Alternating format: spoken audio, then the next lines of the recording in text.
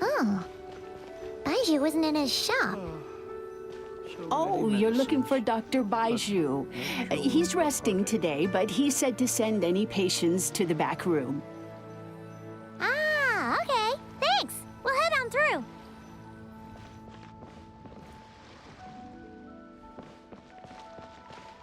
Please, show me your prescription.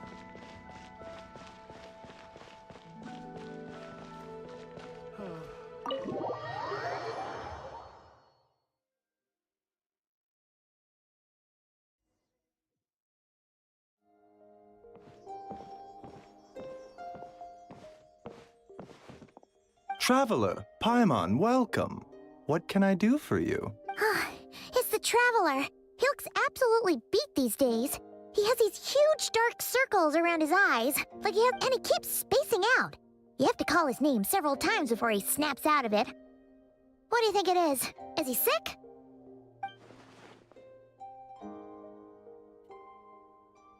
Very peculiar. In all the time we've been acquainted, this is the first time you've come to me with a health complaint. Come, let me take a look at you.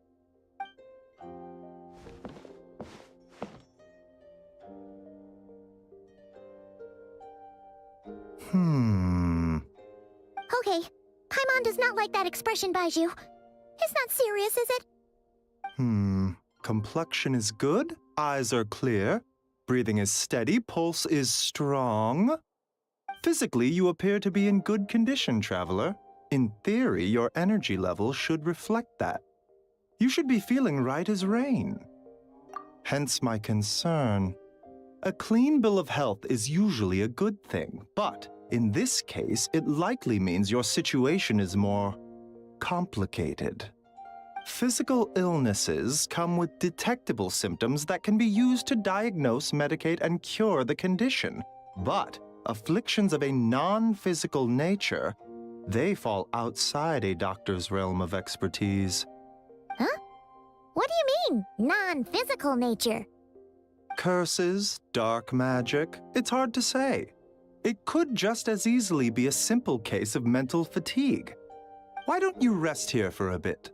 Whatever it is we're dealing with, clues to your condition are sure to reveal themselves in time. Once we know the root cause, we can administer the right treatment. In the meantime, Changsheng and I will review the relevant literature for afflictions that present with mental fatigue.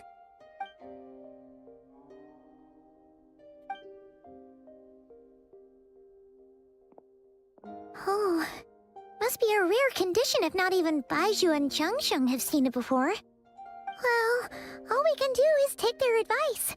You look like you're about to collapse anyway. Just get some rest. Paimon will be right here by your side. Fingers crossed you'll be all better when you wake up.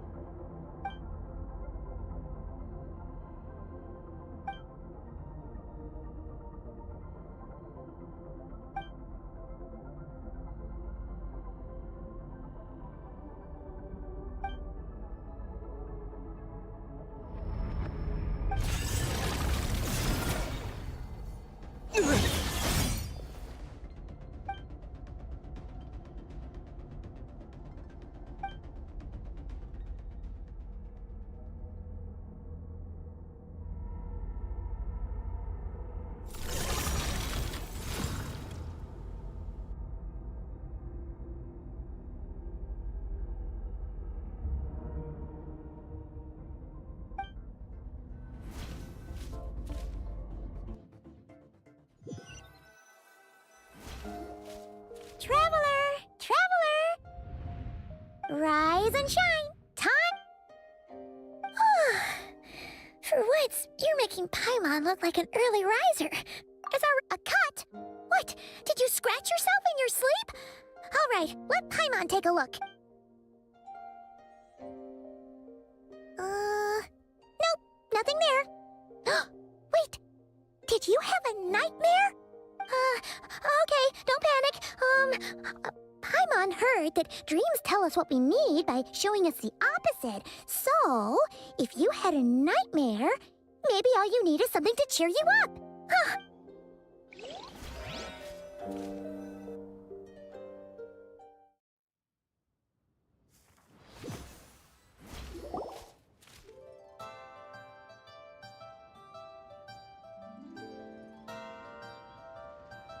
What? So, in this dream, you were trapped in a weird place with thick fog everywhere, and then a spike came out of nowhere and stabbed you in the back? Oh. Okay, well, that's a new one. Are you sure it was a dream? 'Cause from the way you describe it, it sounds like you were really there.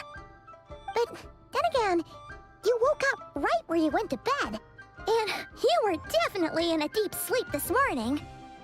Then, it's decided. Paimon will stay up and watch over you tonight. If anyone tries to mess with you, Paimon will beat him up. Or, wake you up first and then we can beat him up together.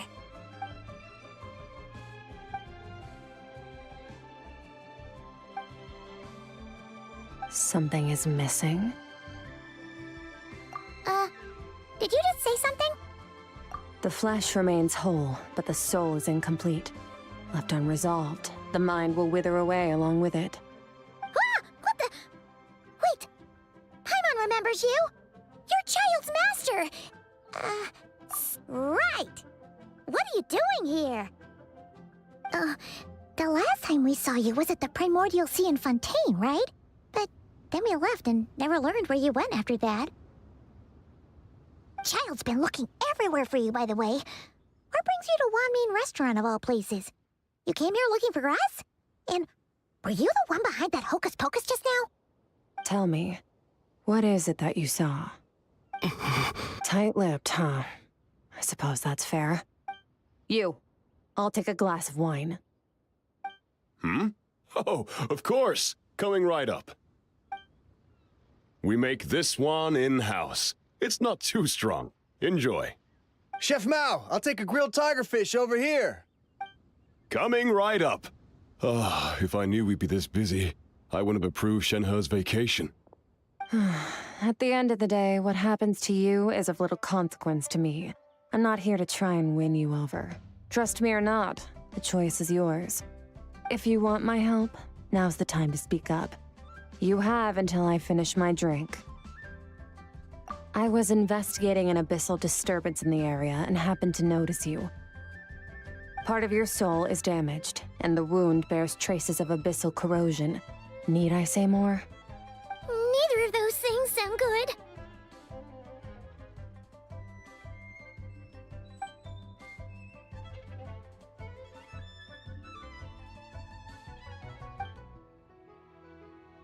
Well, should we trust her? She mentioned an abyssal disturbance. Maybe that has something to do with what's going on with you. But we could always find a different expert on the abyss to help us out. Yeah, and that thing she said about your soul being damaged is scaring Paimon. Definitely something we should fix sooner rather than later. Skirk's an interesting one, that's for sure. But from what Child's told us, she doesn't seem evil. 1, 2, 7, 10. That'll do. Well, have you made up your mind? What I saw was a dark space shrouded in a dense fog that wouldn't disperse. So that's all we know, Miss Skirk. Ma'am, can you help us? So, you couldn't disperse the fog. I understand. Come find me in the Guili Plains when you're done here. Oh, and I left cash for the drink on the table. Settle the bill for me, will you? Oh, Okay. Huh? She disappeared! Wait, hold on. You overpaid. Here's your change. Oh, no. This includes the drink, so it should be the right amount. I didn't think you two ordered a drink. We didn't. It was that lady who came and sat with us, remember? You brought it out to her yourself. You sure? I could have sworn there were only 2 of you at that table. What? What'd you put in their dish, Chef Mao? Some kind of hallucinogenic mushroom? You got them seeing things.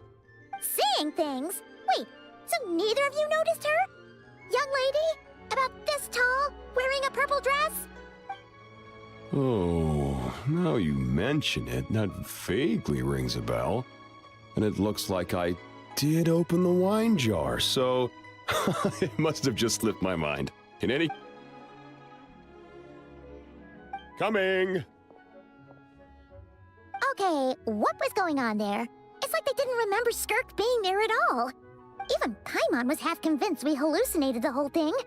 But that Mora she left for us was definitely real. Oh, this whole situation is giving Paimon the creeps. But anyway, she told us to head to the Guili Plains, right? Let's not keep her waiting.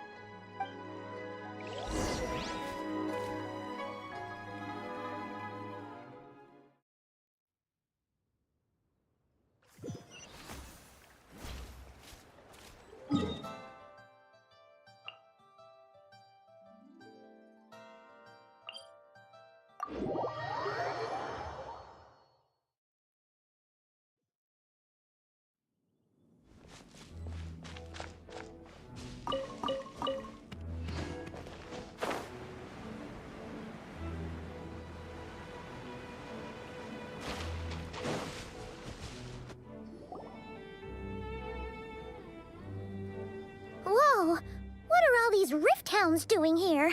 Huh, looks like they're collecting something. Oh, let's go check it out.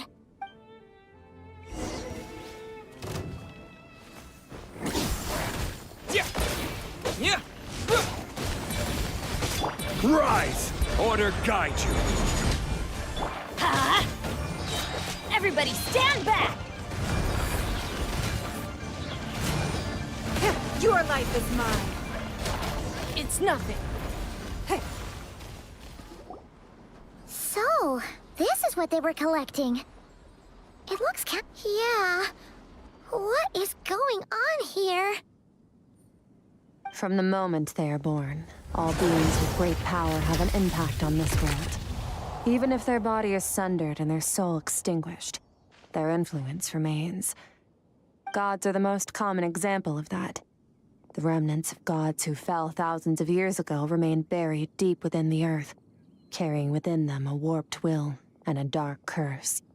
Together, these remnants form what you call god remains, and it appears that some of those sealed here were dug up and removed. There are traces left, but they're fading fast. What are you doing? Nothing! Just wanted to make sure you were, real? She's definitely not a ghost traveler. Paimon poked her, and she's solid. Your life hangs in the balance, and that's what you're fixated on? Strange set of priorities.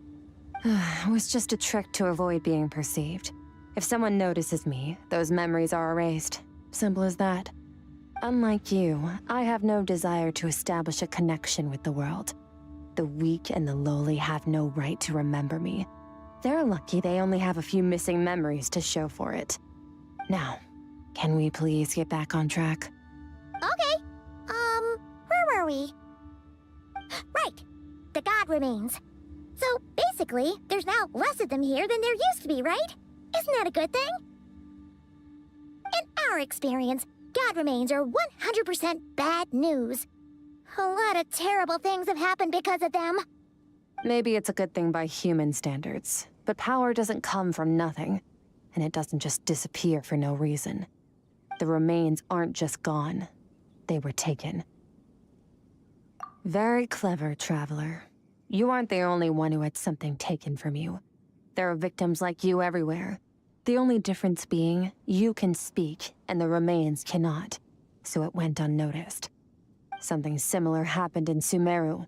Within the span of one night, countless consecrated beasts were slaughtered, and a large amount of the god remains buried in the desert went missing. Of course, god remains are just one of the targets. The culprit is chipping away at sources of power all over this world, including the Stella Fortuna above. Wait, you mean... the stars? Mm-hmm. 42 of them have died out in the past few months alone. In Conria, people believed that powerful individuals have corresponding Stella Fortuna. Even should that individual fall, their Stella Fortuna would not disappear, but gradually evolve into a new constellation. Yet now, stars are disappearing from the skies entirely, and it's not hard to deduce what's happening to the power they contain. Something has been leeching power from this world like a parasite steals nutrients from a host. And now, it's no longer satisfied with the remains of the dead. It wants you. This time, it only took a fragment of your soul. But next time, there's no telling how far it could go. No one knows. All I know for certain is this. Getting back what you lost will not be easy. Considering how much power this entity has stolen, it must be a god-level being by now at least. But that's not the real concern. Souls are fragile things, and yours could easily be crushed if you go up against it. So you're gonna help us, right? We're going to help each other. You are my ticket to uncovering this thing's true identity. Well, great! You seem super strong, and you know a lot about the Abyss, so Paimon will take it.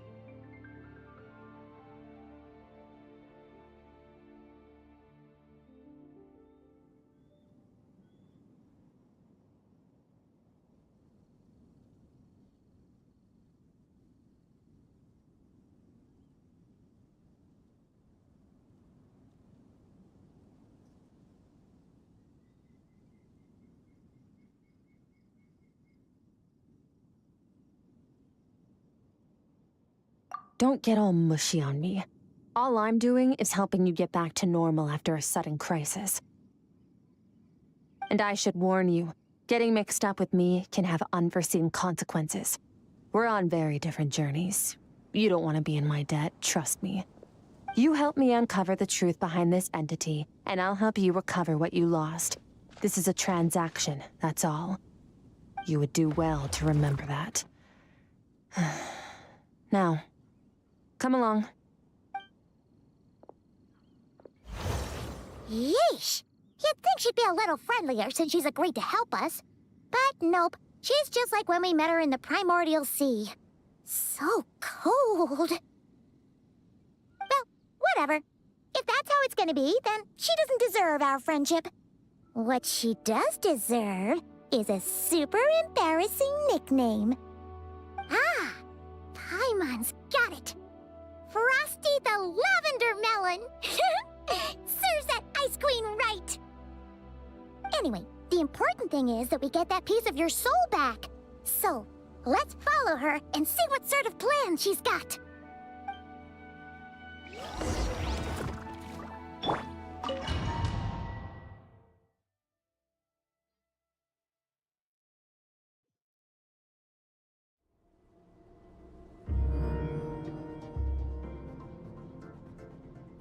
Whoa!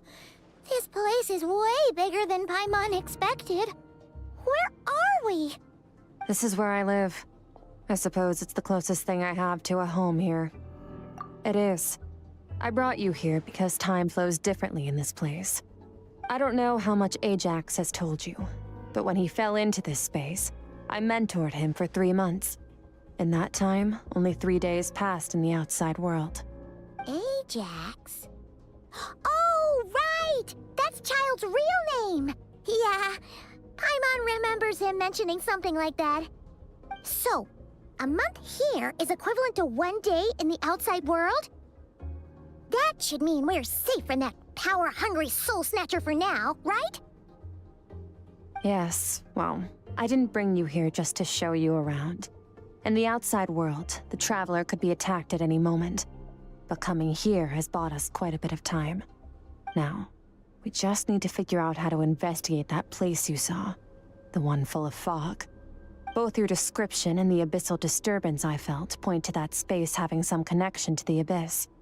It could even be a domain similar to this one. The thief who stole that fragment of your soul is hiding there. But the Abyss is a chaotic and turbulent place. If we want to pinpoint their location, we need to see what that space looks like without the fog. Abyssal power can grant a special form of sight. Have you ever wielded abyssal power before? Okay. Do you plan to learn? That tracks. All the information you have suggests the Abyss is something sinister, and that abyssal power is a wild and dangerous force that always spells disaster. And you're saying that's not true? Depends on your perspective. Floods and hurricanes take countless lives too. But if one day you gain the power to control them, what was once a calamity is now just another tool in your arsenal. I'll respect your opinion, though. Just means we have to turn to the second best option. A little abyss crystal that contains my power. Wear it on your head, and we'll be able to perform dream mirroring when we fall asleep. Dream mirroring? It means experiencing whatever the other person is dreaming. Everything they see, think, and feel. Since you haven't studied the art of using abyssal power, and have no plans to jump in the deep end right now, I'll have to do the investigating for you.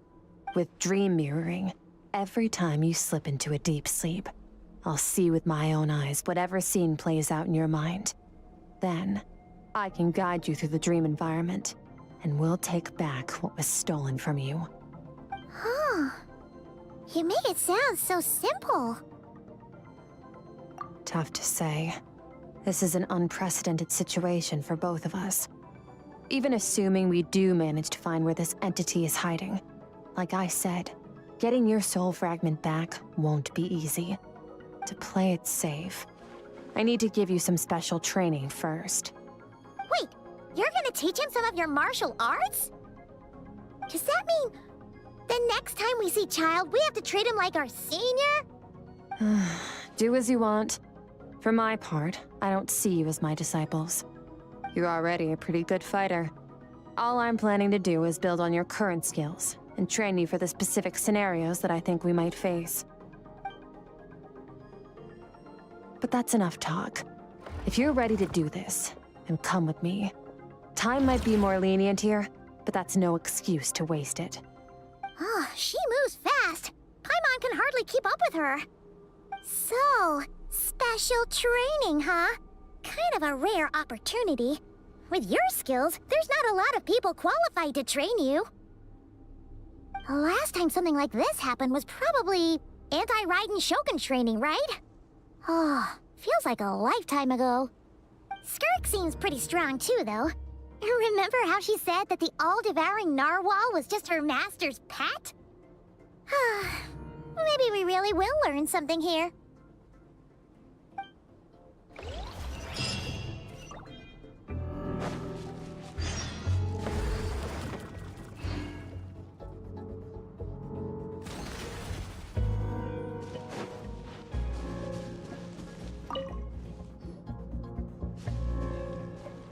Ready? Bring it on! Your training will be split into 3 stages. Testing your blade work, elemental abilities, and reasoning skills. We'll start with blade work. You're no rookie in this area, so I won't bore you with the basics. During your long journey, you've no doubt sparred with a lot of talented sword fighters. Consciously or not, you'll have picked up all kinds of techniques from them. You bet! There's Kaya, Master Jean, Kuching... Oh, and Kazuha, Ayaka... Yeah, we've met sword masters like you in every nation we've been through. You sparred with a bunch of them too, right? Nice to know it's all gonna come in handy now. Don't get too smug. In sword fighting, techniques alone are not enough. You need a cohesive system to bring it all together. a style or school of fighting. To use the human body as an analogy, your style is your skeleton, the foundation, the framework. Techniques are the muscles and other flesh attached to the bones. This is where your strength comes from. Improving your sword fighting is like growing that body. If your frame got bigger and taller, but you didn't add any muscle mass, you'd be weak and flimsy. Then again, if you packed on pounds of flesh without a big enough frame to support it, you'd end up bloated and unwieldy. You need to do some introspection. Take a good, hard look at your past experiences and figure out which parts of what you've learned are just techniques, and which parts can be used to form your own system of blade work. Only then will you get the full utility out of all your thoughts and observations along the way. Only then will every strike you deliver make perfect sense. Wait, is that it? Paimon thought you were gonna teach him some cool new moves. Like when you went swoosh and opened a tunnel to another place. One day, you'll reach a new level of power where you realize that even that's as basic a trick as any other. But right now, our sword styles are so wildly different that teaching you mere techniques is pointless. There are no shortcuts in the pursuit of power. Failure is your best teacher, and rigor is your coursework. That's all I have to say. Time to make a start. Train until you're satisfied with yourself. Now focus. Destroy the crystal columns as swiftly as you can.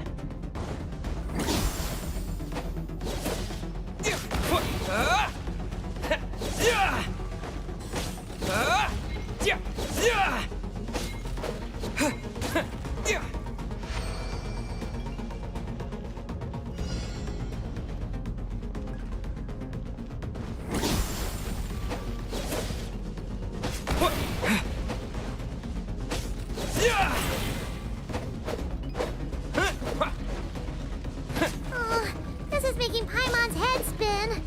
Hang in there, traveler!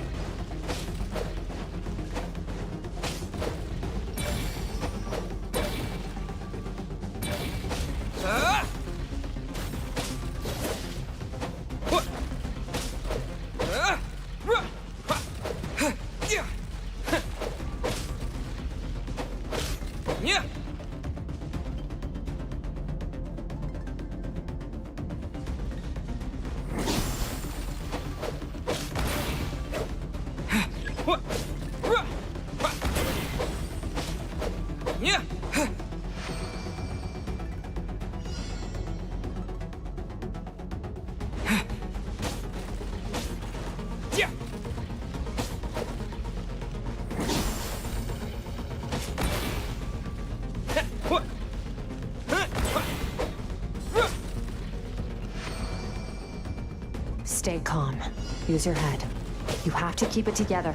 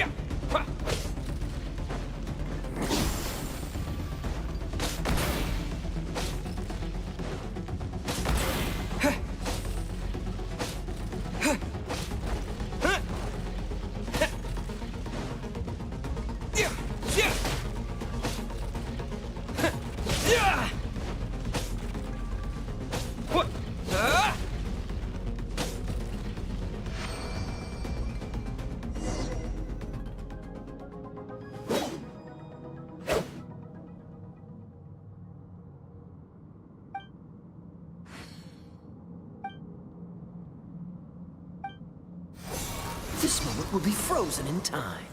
Cut to the chase. Consider a moment of true mastery that you've witnessed in another person, and ask yourself, what lies beneath the surface?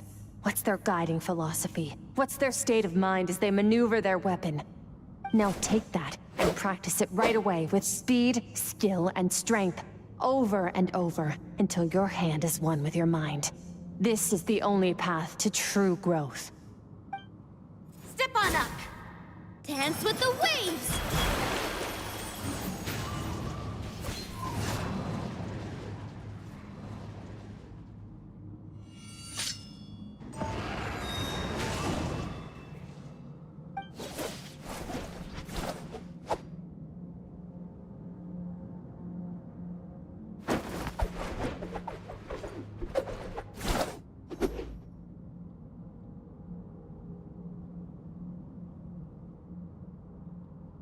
If you start to tire, empty your mind, but do not stop. Stay in that frame of mind as you keep up the fight. Get rid of all redundant movements. Imagine your sword is an extension of your own body. Wield it just as you wield your arms, hands, and fingers. 'Twas on a deserted, moonlit night that the hero approached the vile dragon's limpid lair. Ring cutter! Feathers fleeting wet, the white heron treads water, a sight without flaw. Master of Inazuma Kamisato art Tachijutsu.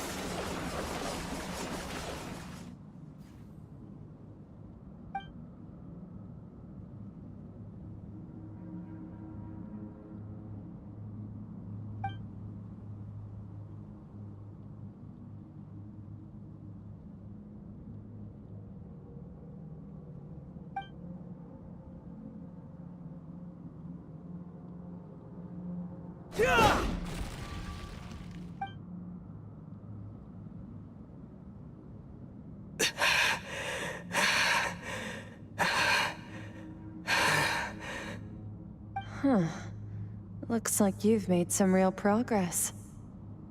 That concludes your training session. Awesome! Paimon knew you could do it! How do you feel?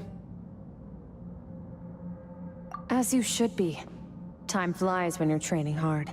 You've actually been going for several days now with no rest. Yeah, meanwhile Paimon's had a whole bunch of naps. But you... Go get some sleep. I'll be doing the same very soon. Let's hope you see that foggy place in your dream, so I can get this investigation over and done with.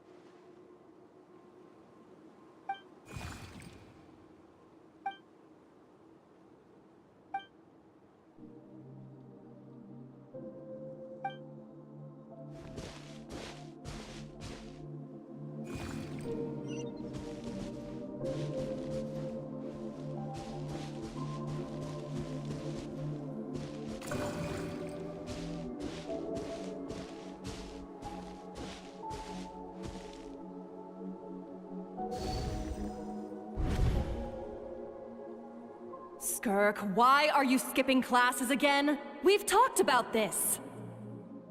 'Cause he's a crabby old man, and he's a boring old man. I don't like going to his classes. Excuse me. You shouldn't talk about your teacher like that. It's very disrespectful. All right, let's not get into a big fight about this. Skirk's learned what she needs. There's no point forcing her to sit through more classes if she doesn't want to be there. But I'd still love to hear about what you got up to yesterday. Why don't you tell your dad all about it? I went diving and I saw this huge fish. I never knew they could get that big. It looked kind of dumb though with that stupid big fat head. I tried to shake its fin, but it just spat water at me. Oh, and today I'm gonna go to that prairie up north. There's supposed to be this giant bird there that can spit fire. I bet if I climbed on its back, it could fly me all the way to the stars. Then I suppose your old dad should get one as a pet too. Otherwise, how are you gonna hear me call you for dinner up there in the stars? When it's time to eat, I'll come back on my own, Zilly. Anyway, gotta go. Bye, Mom. Bye, Dad. Wait! Put on a coat at least. You'll catch a cold. I'm talking to you, young lady. You spoil that child, you know. Ever since that merchant ship arrived, she practically lives outside. Always going on about exploring the beyond one day, whatever that means. Ah, let the kid do what makes her happy. Besides, we both know you're all bark and no bite. Come on, our little adventurer is gonna be hungry when she gets back. Let's get started on dinner.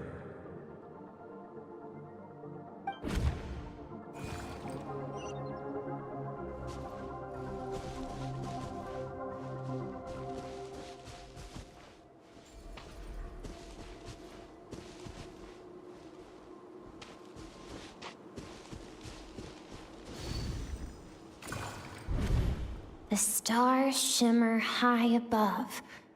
But what lies beyond the stars? Mountains as far as the eye can see? An endless snowy plain? Or maybe buildings taller than the sky, like the people from the merchant ship said? I can't be the only one asking these questions. The universe is fascinating. If only I could meet some other people like me. We could set sail together and explore every corner of the world. I'm sick of being a kid. There's so many amazing things out there, and I'm ready to see them all. But for now, I'm starving. Better get back.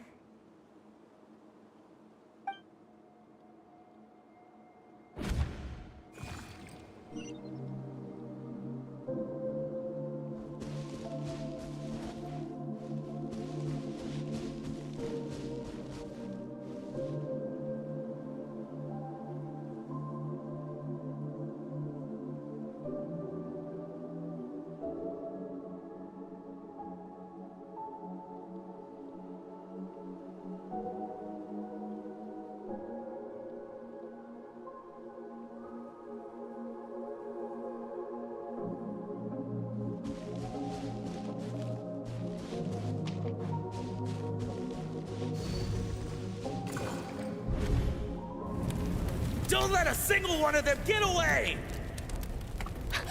No, please, spare the children! Stay back! They're coming! Run! Help! Eliminate the threat. Take them down. Don't be scared. Ah! This way! We'll never make it! Fire. There's fire everywhere. What happened? I told you we shouldn't have trusted these outsiders!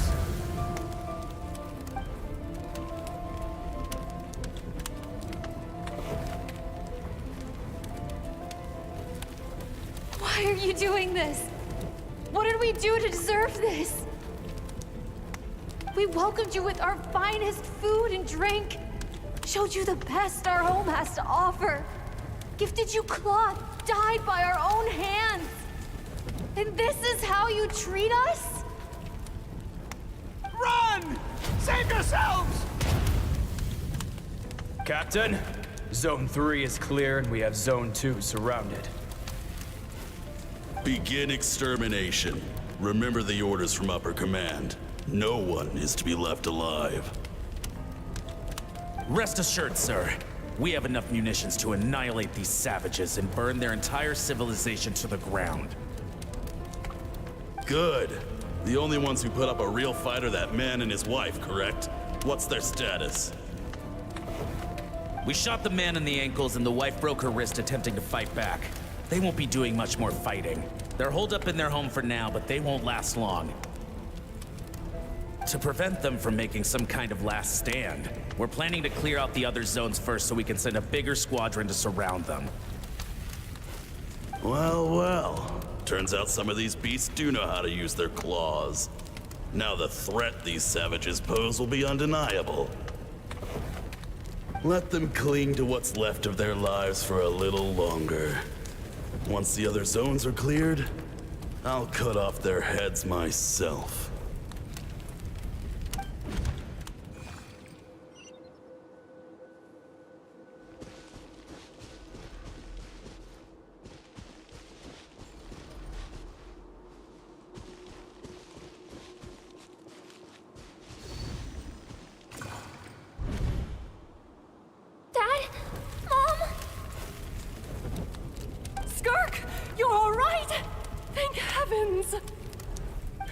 I'm so happy to see you, sweet girl. But you need to go. It isn't safe here. They'll be back any second. What happened? You're bleeding a lot. Dad?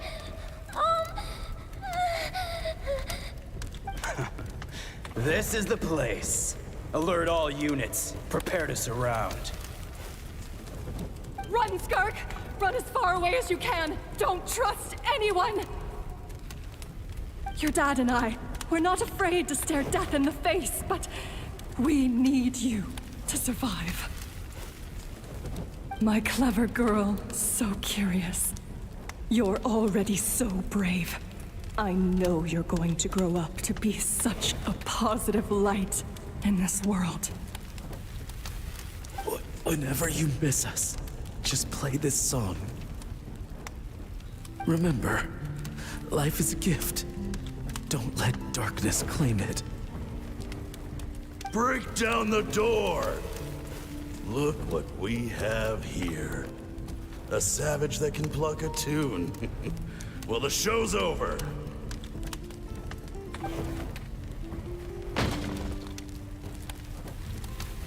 You! Stop singing! Shut it! I said shut it or I'll make you! Fine. Have it your way!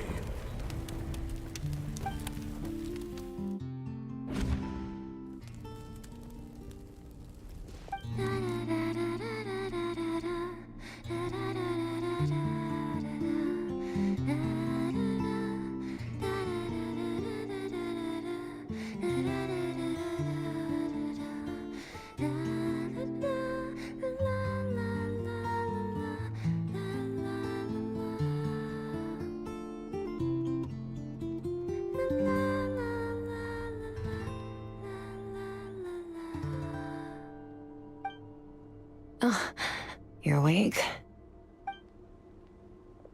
I found a few clues while you were asleep, but it's only a start. Now, time for the second stage of your training. This time, the focus is elemental energy. Come find me when you're ready to begin.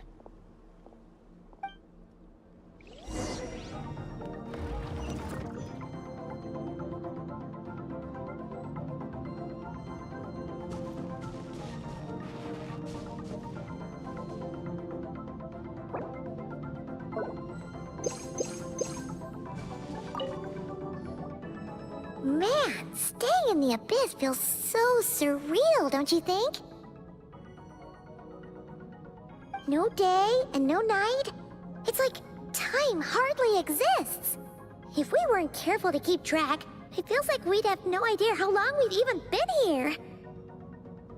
Well, except for the fact that Paimon still gets hungry like clockwork. You go do your training. Paimon's gonna grab a bite.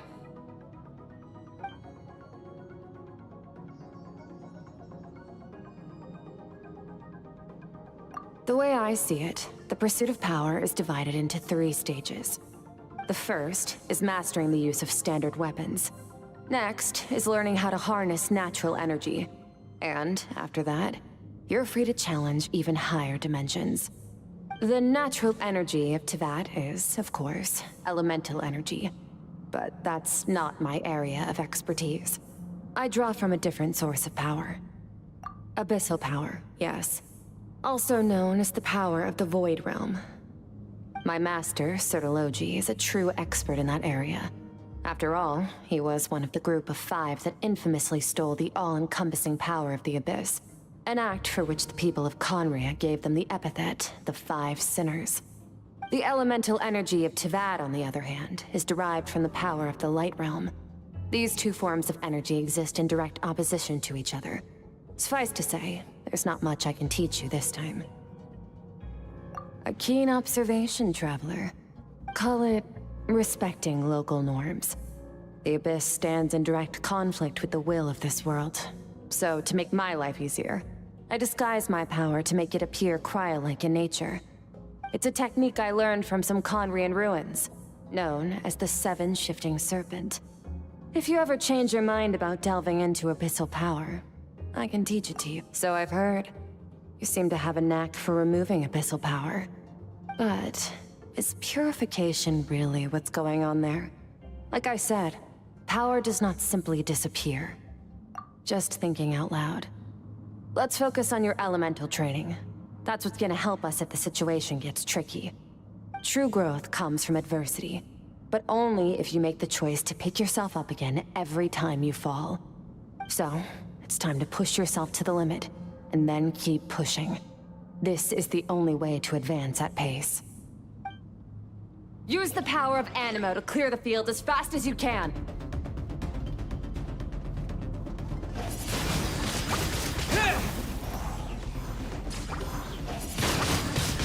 Windblade!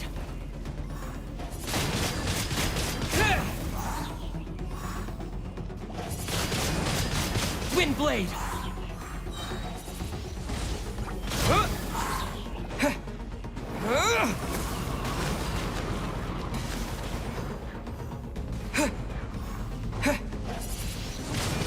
Windblade!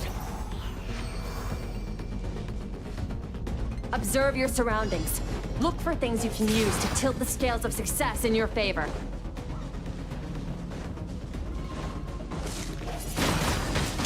Windblade!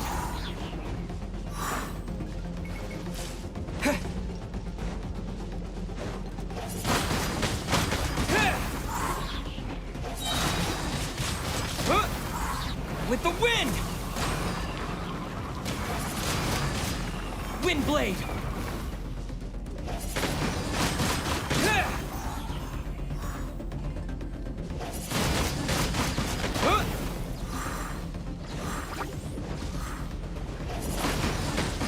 Windblade!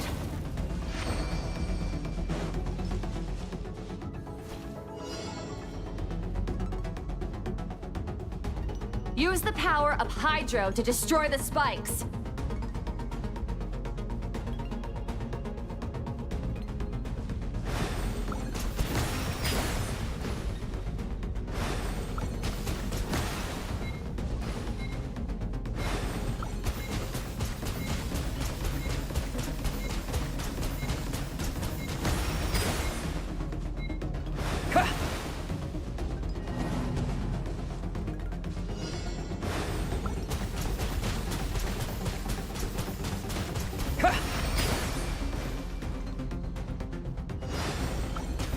Faster. Don't give them a chance to strike you. You need to be quicker than you were in your dream. You can't afford another injury like that.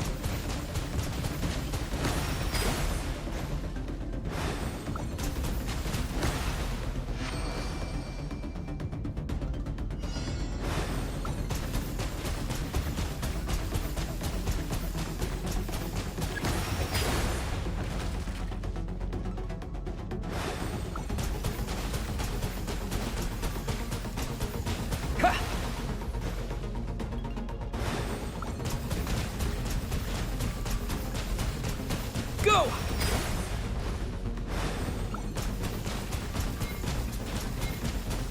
Go!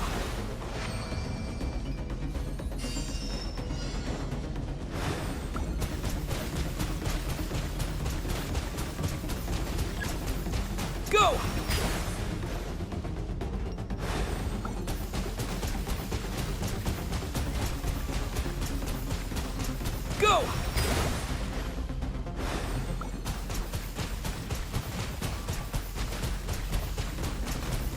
Go!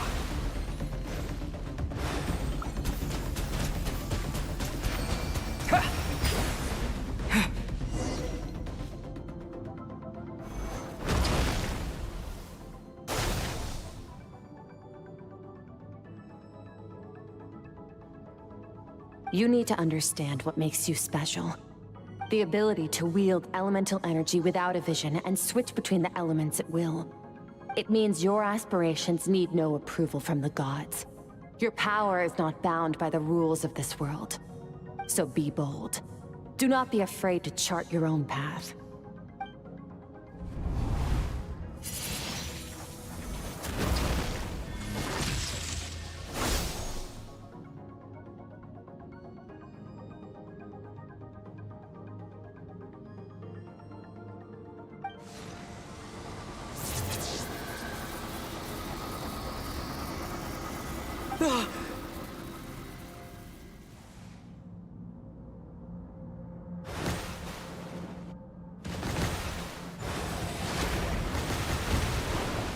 Very good. It seems you've reached a deeper level of connection with the elements. Long enough for you to lose yourself in your training, which is a good sign. Relentless practice with the elements has drained all your strength, but it's also what allowed you to make progress. Get some rest. When you wake up, we'll proceed to the final stage of your training.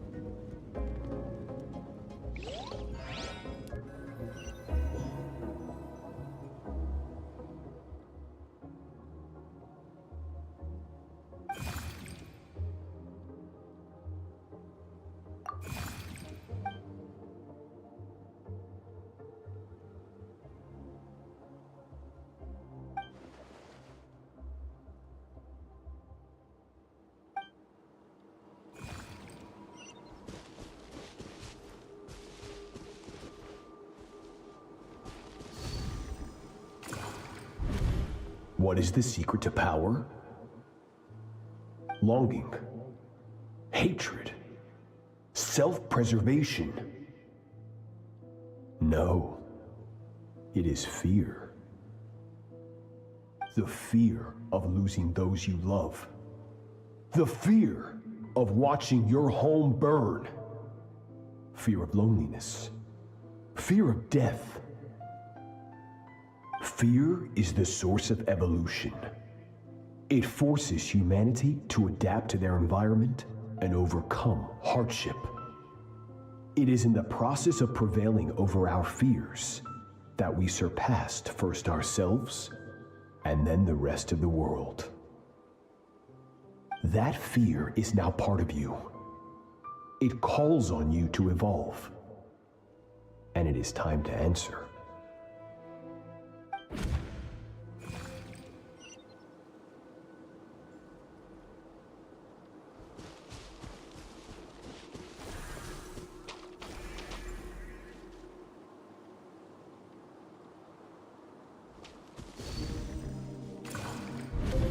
Any minute spent missing home is a minute wasted.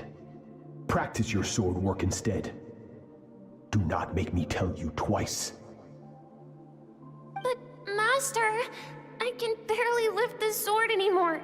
If I keep going, I feel like my wrist is going to break. So it has not broken yet. Then pick up your sword and keep practicing until it breaks. I want to hear the cracking and splintering of bone. After all, bones can always be reset.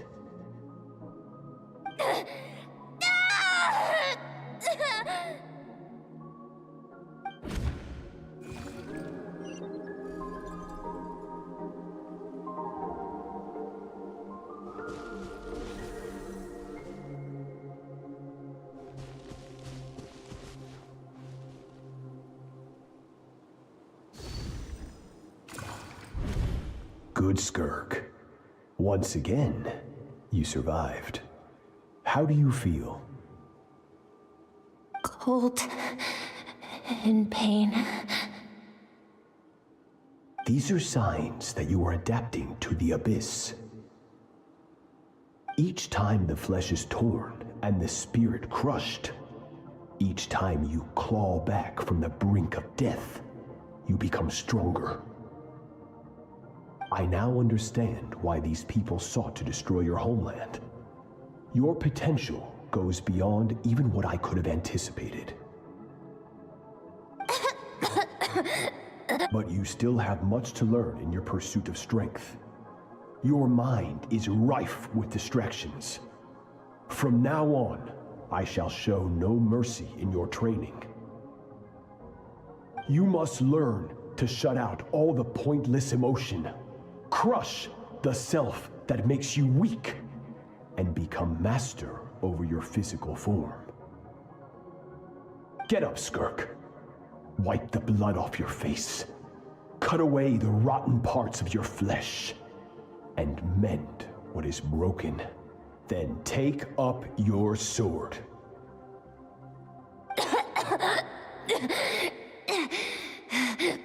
Yes, Master.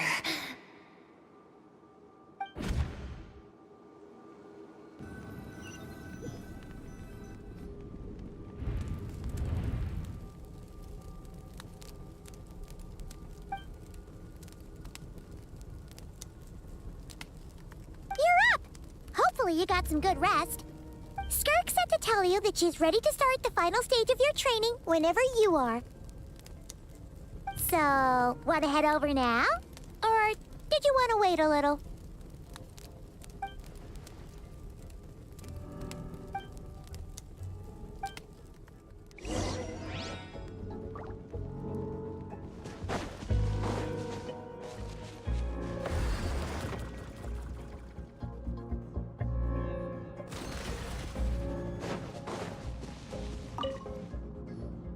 From your training so far, you have gained better command of the sword, and more control over your elemental abilities. That's only part of it.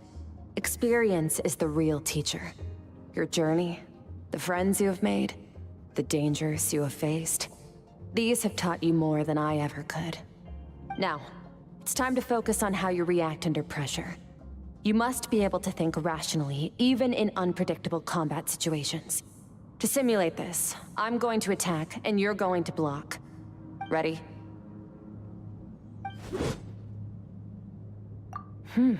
Not bad. That defensive stance looks near unbreakable. Just like your sister.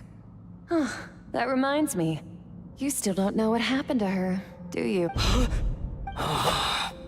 no fair! That's cheating! You think every opponent has the same moral code as you? You can denounce their deplorable methods all you want, but only if you live to tell the tale. The dead don't get to complain. Strong emotions will always arise in combat. Anxiety, anger, fear. But a true warrior is never at their whim. Only how amusing. Almost sounds like you think you know me. But you don't. You can choose your own path. We are not the same. Let's begin. Try to use reason over emotion. Make the most rational and advantageous decision in any given moment. This is your final training session. Look alive. Same drill as before, but this time I'm going to interfere. Hold your focus.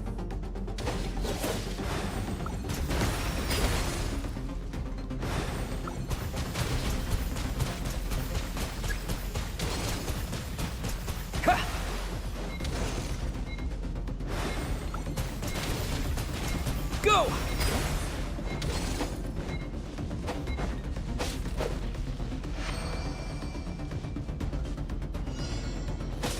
Yeah! Yeah! Ha! Huh. Yeah! Huh. Huh. Go! Yeah! Huh.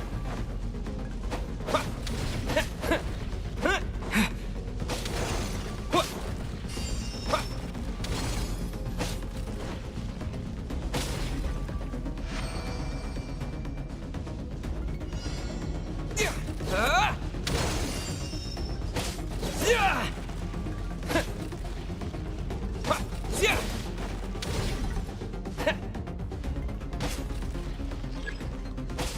Yeah! Yeah! Water jet! Yeah!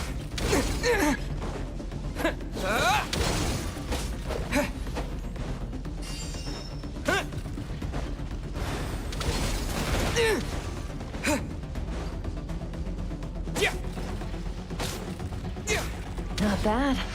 Better than I expected.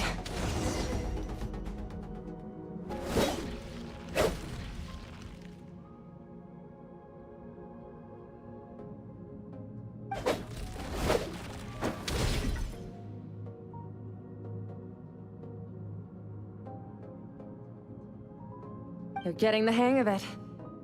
The first step to controlling your emotions is controlling your mind. You want a unified train of thought. It all comes down to focus.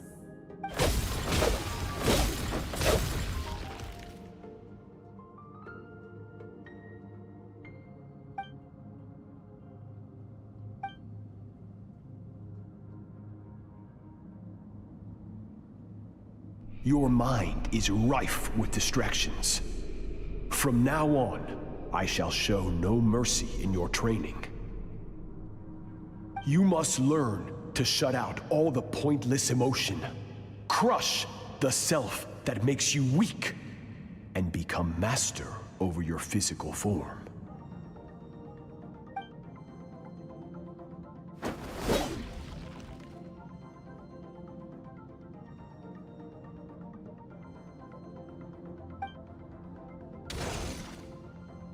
Stop.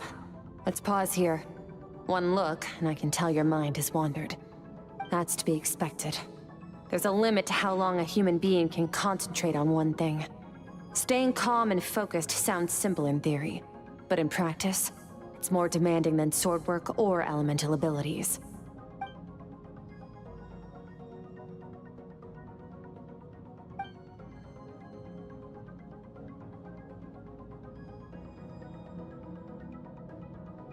Get some rest. No point training further if you're already dead on your feet. Like I said at the beginning, the only goal of this training is for you to reach a point that you're satisfied with. You managed to push past your limits, which is a good start. You can be proud of that, and sleep well knowing that you've earned it.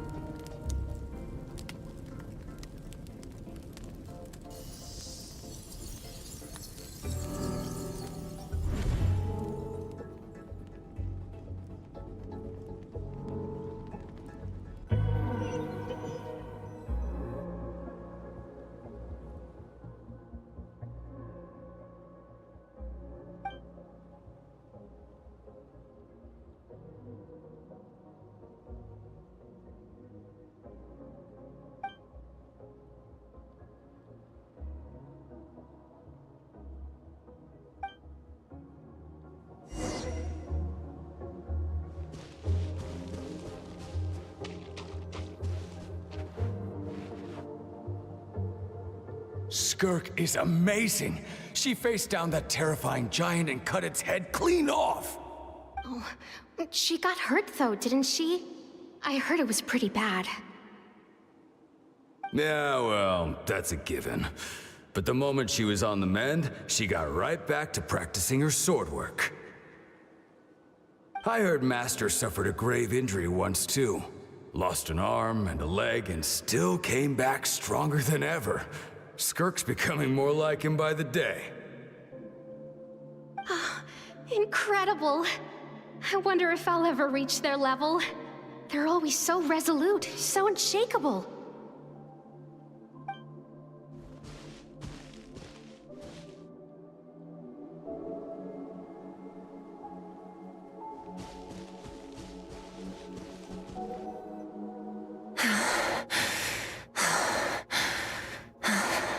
Pathetic. You're not even trying.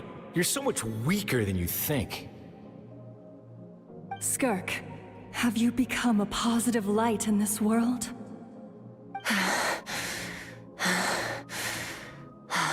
Do you even remember how many of us perished in that fire?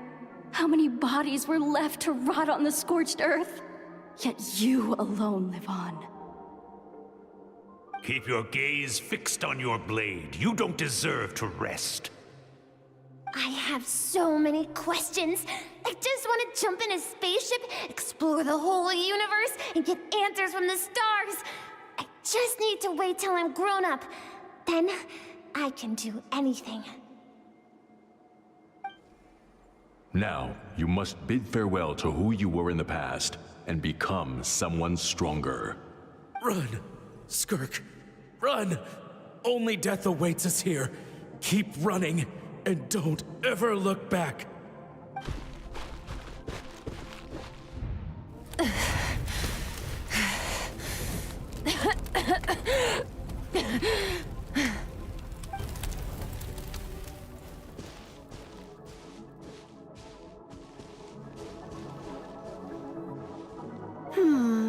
Let's see here. First things first, you need a new identity. Going around telling people you're from somewhere beyond the stars won't do, now will it? How about saying you hail from beneath the earth instead? As the Conrian saying goes, venturing out into the universe and down into the abyss are the same in that both are braving the dark unknown. Well, I'm a visitor on this planet, so I'll follow the rules. Ah, splendid. That saves me quite a bit of trouble. Let me offer you a piece of advice in return, although it might not be what you want to hear.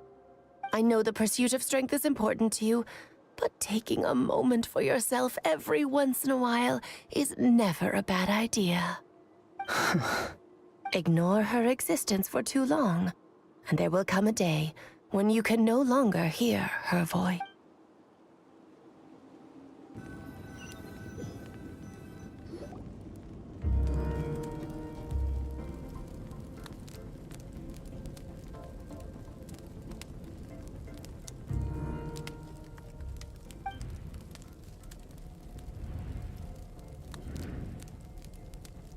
You're awake! You must be starving, right? Ta-da! A barbecue feast just for you! Of course you are! That's why Skirk and Paimon got this all ready for you. Well, if you're around someone long enough, it's bound to happen. Plus, Skirk can cook. So, Paimon decided she can forgive the whole Ice Queen thing. Paimon's not one to hold a grudge. Here's an idea. Let's save the chit-chat until after the meal.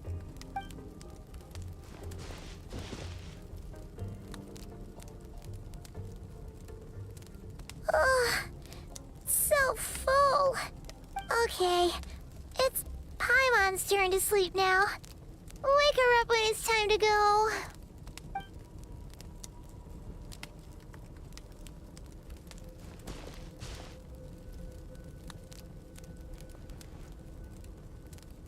I have good news.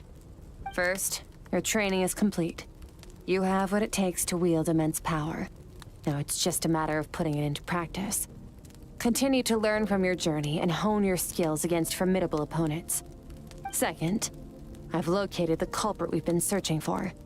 Next, we just need to retrieve the missing part of your soul, and our business will be concluded. When Ajax trained with me, he once told me he was bursting with questions.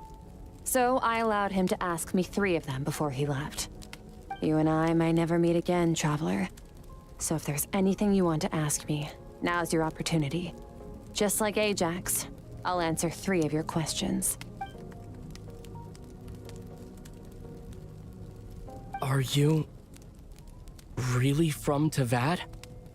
Okay, not the angle I was expecting. What makes you ask that? I'm sorry I didn't tell you earlier, but while we were dream mirroring,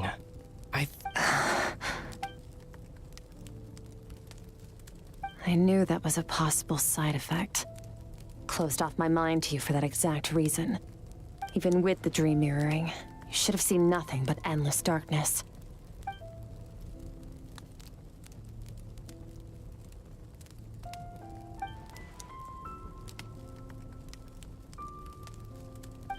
Whatever. Must have been a flaw in my execution. I shouldn't be too surprised. Due to some recent circumstances, my self-control has been lacking as of late. Since you've seen what you've seen, there's no reason to hide the truth. All I ask is that you keep it a secret. No, I'm not from Tevat. I'm from a different planet. And there was a time when I journeyed through the stars. A lot like you in some ways. Like me? Do you mean you're also a descender? No, we're different in that respect. You're influencing the fate of this world. But me, I'm just passing through. Several hundred years ago, my master, Sertologi, opened the border between worlds and sent me here. But this is not my home. And one day, I'll return to the vast unknown of space. So, there you have it. On to your second question.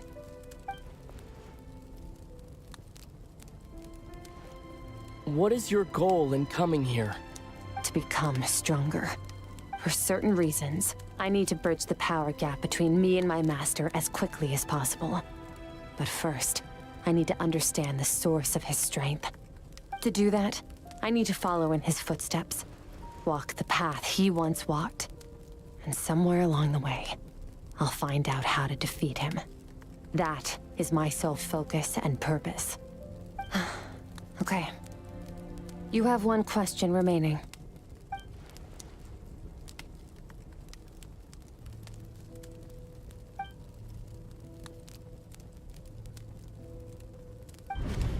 You make it sound so easy. Ever since the incident I experienced there, I've never stopped searching for Master Skirk and that unknown abyss. But it's been years now, and I've still found nothing. Well, your last question? You know Child is looking for you, right? Are you going to let him see you? Ajax, his situation is different than yours. Before you ever crossed paths with me, you'd already encountered many formidable people. So, during your training, all I had to do was build upon that foundation. But Ajax was so young when he came to me. A complete blank canvas. Children can't help but imitate their role models. In the long run, that would only hinder his growth. Once Ajax has enough strength in his own right, I will allow us to meet again. Until then, let that motivate him to reach his full potential.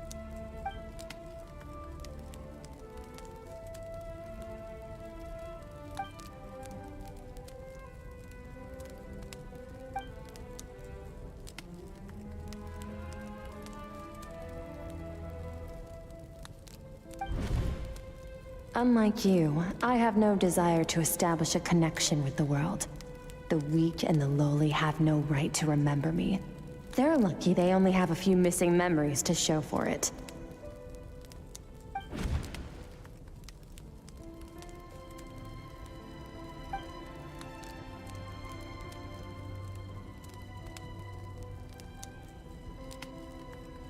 Wake up your companion. It's time to go. Oh, and everything I just told you, best keep it a secret from her as well.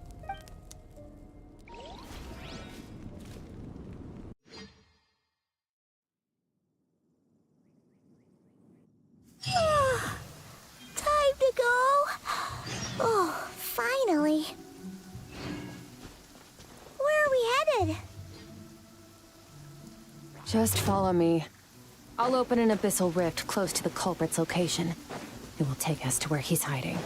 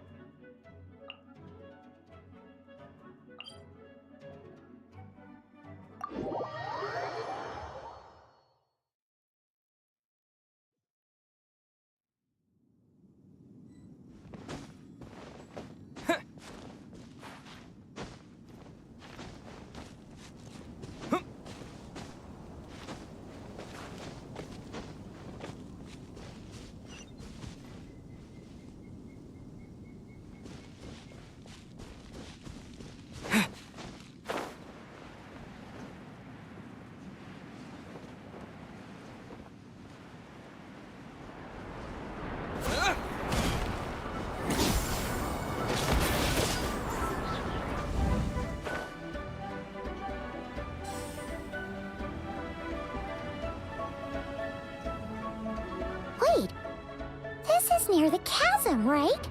Yes. If we enter from here, we'll be able to reach that place from your dream. You have some experience with abyssal domains by now, but still, this is someone else's territory. Best to proceed with caution. Don't worry. Paimon's an expert at hiding behind other people for safety. Oh, but, that means you need to stay safe, Traveler. All right. Remember your training. Time to put it to use.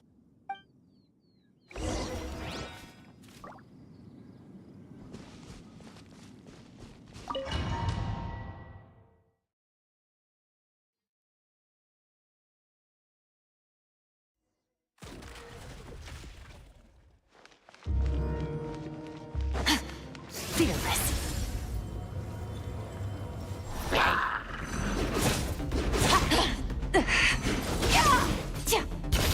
Another star goes out!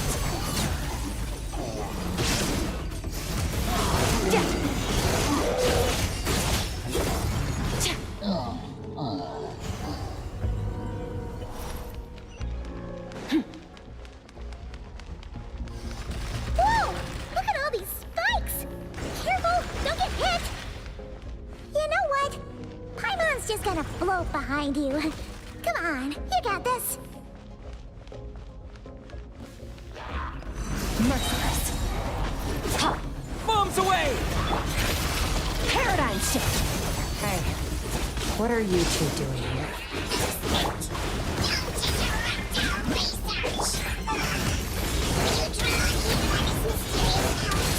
Dusty, like an abandoned house.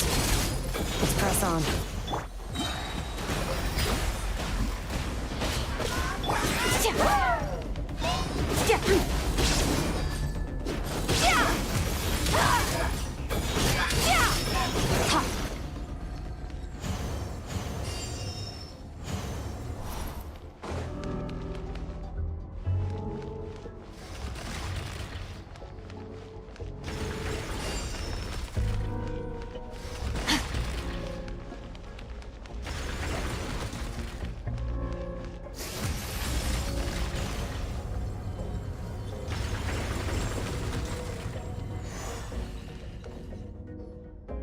Oh, looks like this is a dead end. Did we make it to his hiding place? Ugh, this fog is making it impossible to see anything! This should be the place where you were attacked, Traveler. The missing part of your soul should be nearby. Can you sense where it is?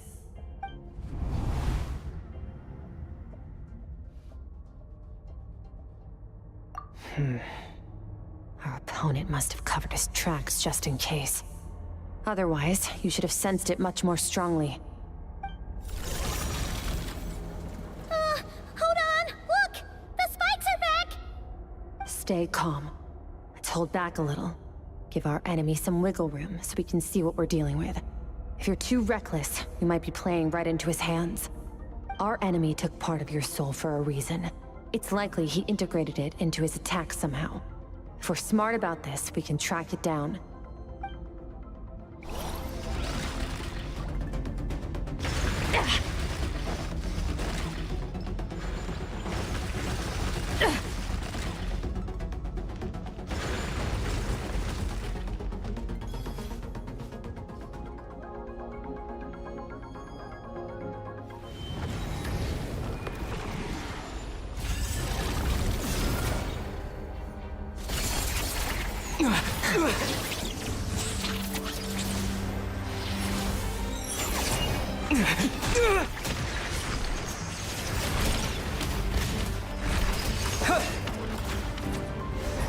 From the start, the attacks have been focused on me.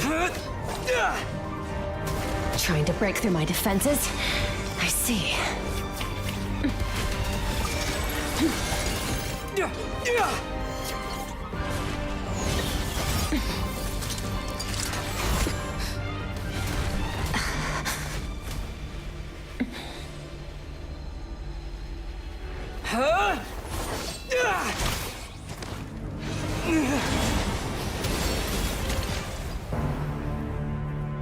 You all right?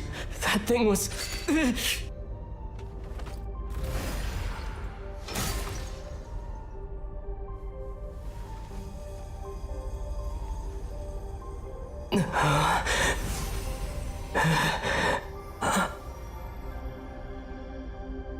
There. I got it back. Traveler! Skirk! What happened? It looked like Skirk just got... In the Gwali Plains, you asked me why this enemy chose you as his target. Now, the answer is clear. It's not just the fact that your strength is impressive. It's also because of your ability to, as you put it, purify abyssal power. Whatever that actually means. The fact is, that ability allowed him to do something that should have been completely impossible. Namely, break through my defenses and steal my power. No, he couldn't have known I'd come to his domain. He only stole your soul fragment because he knew the value of its power. I doubt he expected it to come in handy so soon. Call it fate if you want. I believe that's the term they use in this world for arbitrary coincidences like this. In any case, it works to our advantage. Once I realized what he was using that power for, it gave me the chance to get back what you lost. I'll cope. Well, done gorging? Good. Time to answer some questions. How did you get the power of the all-devouring narwhal? The all-devouring narwhal? Oh, of course! Paimon knew that spike thing looked familiar. It looks just like that narwhal's horn! I highly doubt you acquired that power through your own strength. Tell me I'm wrong. You're desperate enough to scour the land for god remains and whatever vestiges of power you can find. That alone proves you wouldn't be able to defeat a creature like that. Which leaves one possibility. You know my master, the Foul, Sertologi. The Foul? Who dares call him Foul?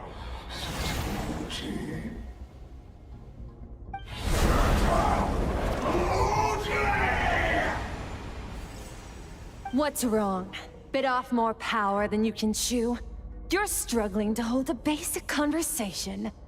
Just a little longer. I'm still...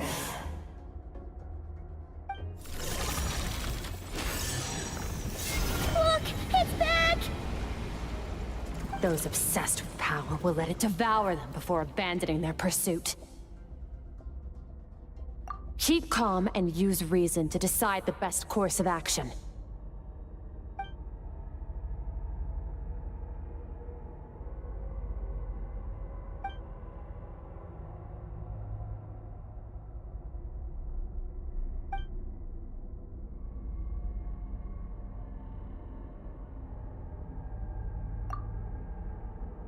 Wise decision. Final victory doesn't always come after a single battle. You've got your soul fragment back, so we both got what we came for. Let the enemy draw breath while he can. It won't be for long. Get us out of here, Traveler. You'll need to lead the way this time.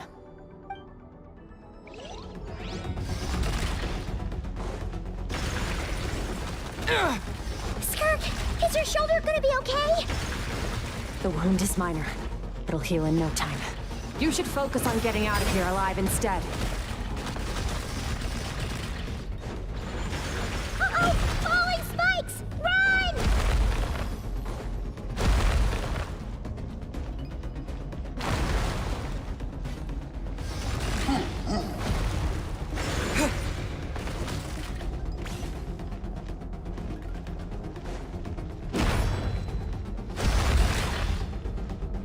Watch out!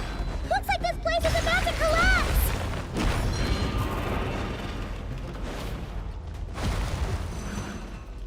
So, this guy's power has something to do with the all-devouring narwhal. Did you know that all along, Skirk? I had my suspicions. That's why I decided to invest.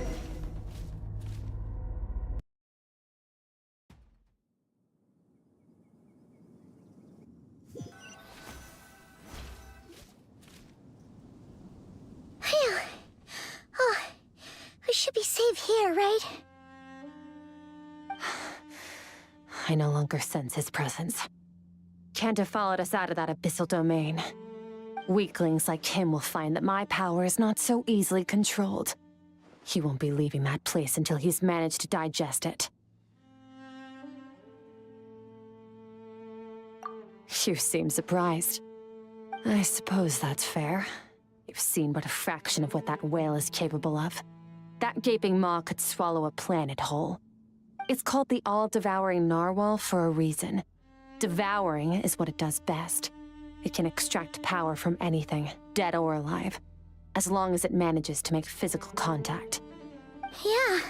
When we had our run-in with that thing, Nervalette mentioned that it has an instinct to devour.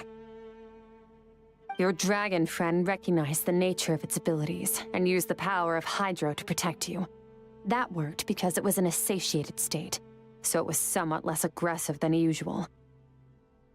It's a different story when it has no more power to feed off of. That's when its true voracious nature kicks in. It could devour everything on the planet in that state, which is why I cast it into that void space. But I hadn't counted on there being anyone left on this planet capable of wielding its power.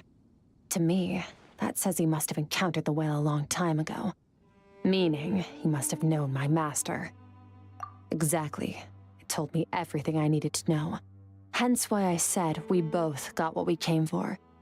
And I believe that brings our transaction to an end. Now that you're whole again, you can get back to your own journey. I'll handle the rest of this situation myself. No way! We can't leave now! Something was stolen from you because of us! We have to help you get it back! This isn't my first taste of failure or losing power. When you fall, you get back up again and become stronger. That's how it is. But what if that monster finds you before you're all better? Plus, how are you gonna get home? It's not like you can just go swoosh and open a door to the abyss again. Not without your full strength. So, sticking with us for the time being doesn't sound so bad, does it?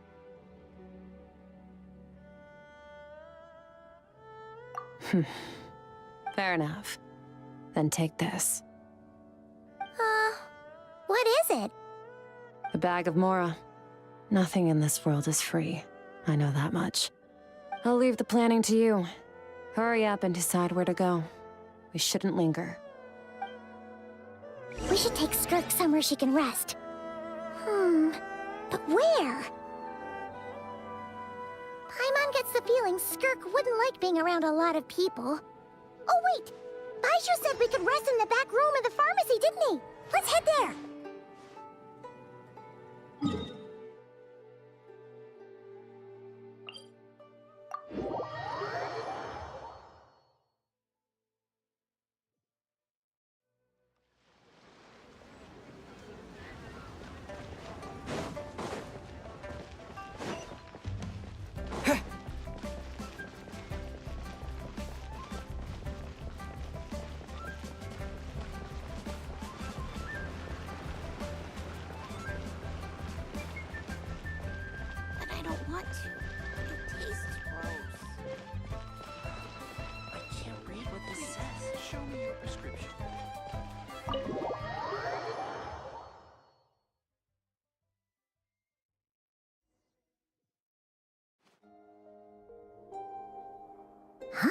This bag from Skirk has a ton of Mora in it. Does she have a job or something? Wait, no. After what we saw at Wamin Restaurant, that seems impossible. Can you imagine? It would go something like... I'll be collecting my paycheck now, boss. Oh, sure thing. Wait, who are you? Have we met? Can't hold a job if you make everyone forget about you. So... what did she do to get all this Mora? Claimed some buried treasure, took care of a few monsters that were causing trouble. Nothing untoward. It's safe to use. Ah! You heard all that? A sonorous voice like yours is hard to miss. I wouldn't be surprised if the sound of it traveled to the nearest mountaintop. Then, did you by chance happen to hear Paimon's little, joke earlier? You mean when you called me Frosty the Lavender Melon? No, sorry. Paimon totally misspoke just now. She didn't say that at all. It was, A Paimon lookalike! Yeah, she's a piece of work, that one. Always impersonating Paimon and giving people weird nicknames. Okay, fine. The truth is, Paimon didn't like you all that much at the start, but things are different now. You have... I noticed there was only one bed. Go ahead and get some rest. Wait, what about you? I don't get tired, and I don't need rest. I'm going to practice my sword work. That should help me regain some strength. But your shoulder... Hey, don't just leave! Ah, whatever.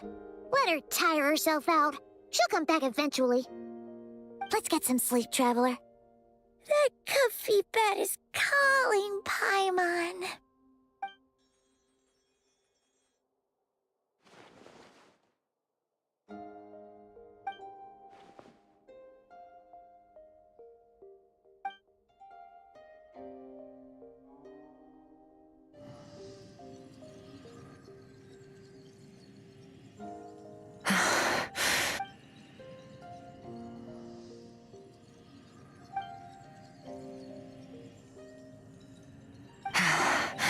Quiet.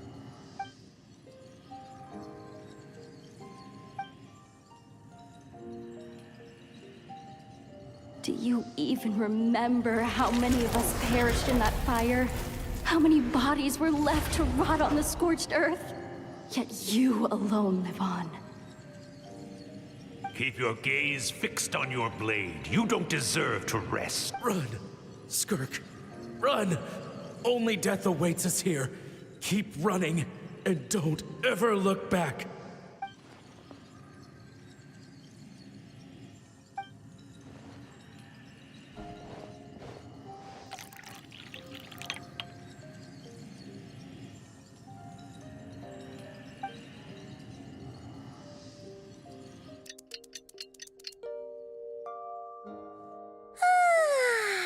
Getting an early night's sleep is the best.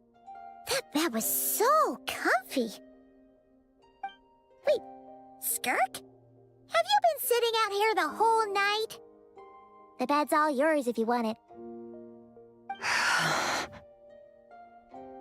About 60%, maybe 70. Whew! Paimon thought it would take at least a couple of days. That was fast. No, not fast enough. That's 20% less than last time. Same training regimen, same intensity. Nothing felt different, but somehow the outcome fell short.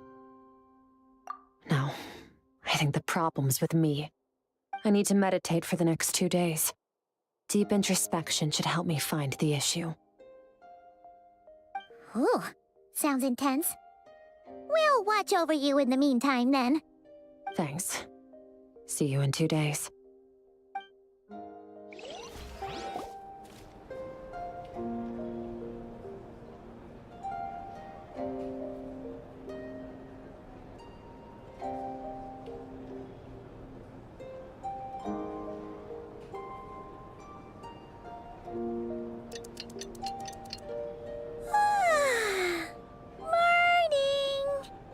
Skirk is still meditating, huh?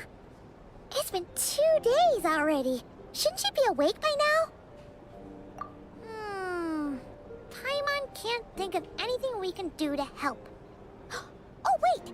Breakfast! That's it! Paimon will go get breakfast! Skirk is gonna be starving when she wakes up. Be right back.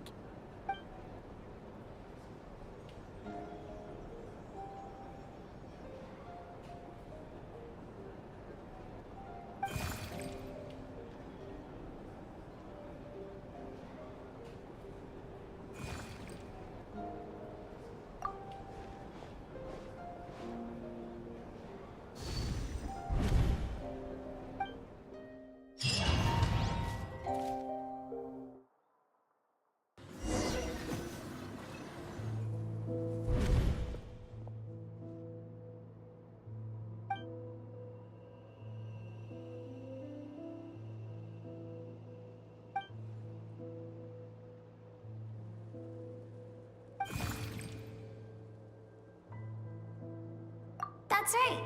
This is Skirk's inner world.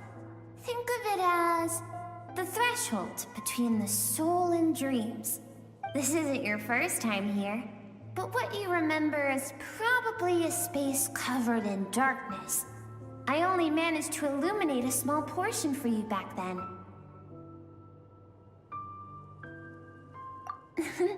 Actually, it's my first time talking to someone like this. I only managed to break free and bring you here because the injury weakened her power.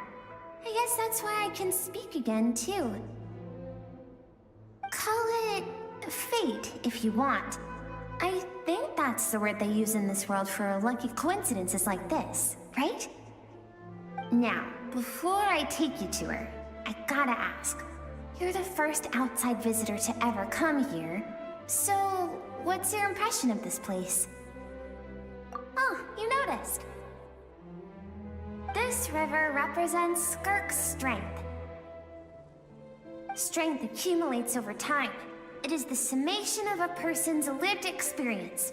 So this river is where all the fragments of Skirk's life should converge into a single stream of memories and emotions, flowing forward as one.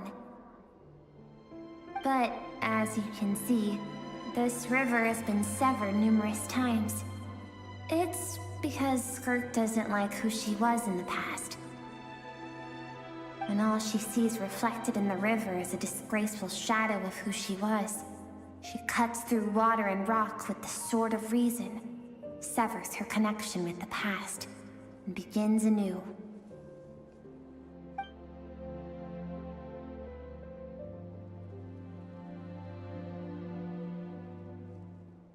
You must learn to shut out all the pointless emotion.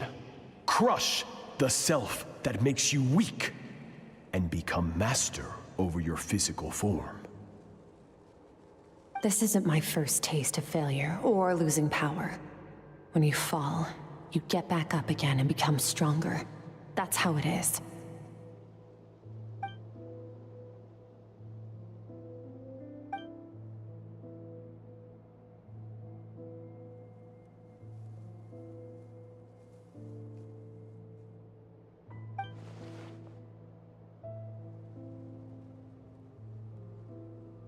The answer to one mystery invites another question, I see. Let's follow the river upstream. There among the cliffs, among the memories etched into her heart, lies the truth of it all. Soon, you'll understand everything.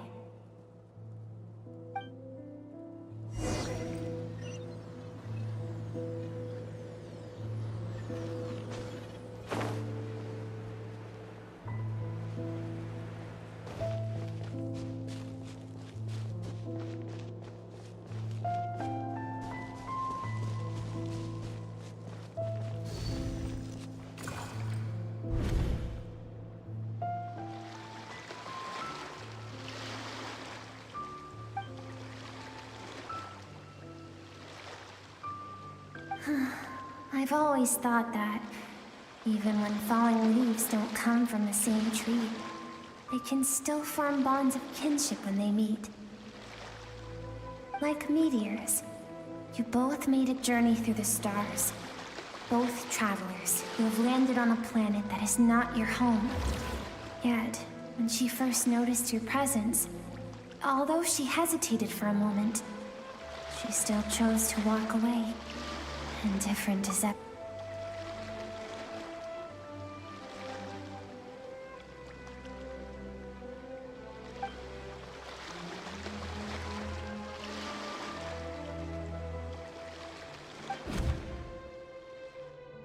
Seems like you've answered your own question.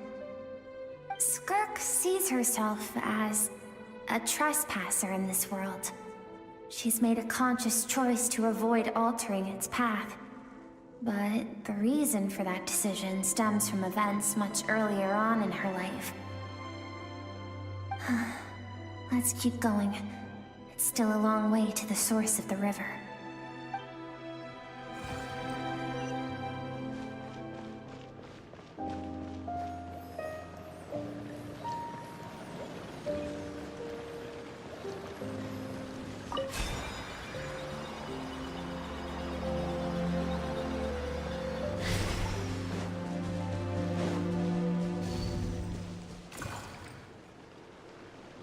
now have what it takes to wield immense power. From this day forth, I shall teach you no more. No one can become a worthy warrior through imitation alone. I have given you fangs and claws. Now, you must learn to hunt. You wish me to travel the world beyond on my own, Master? Indeed. Make new friends. Embark on your own journey. And piece together a new future from the shattered remnants of your past. We will still have contact through the abyss. But know this. One day, I will take the life you worked so hard to rebuild and reduce it to ashes. Just like the fire that haunts your mind. Why would you do that? I have told you before. Fear is the catalyst for human evolution. You have tasted loss. You have known fear so deep it can be felt in the bones. But as living beings, we all have an instinct to detach from that which harms us. And thus pain dampens over time. And the acrid taste of fear becomes but a distant memory. Yet now, I have bestowed upon you the gift of fear eternal. It will drown you in the nightmare of your childhood, or it shall drive you to defeat me, whatever the cost.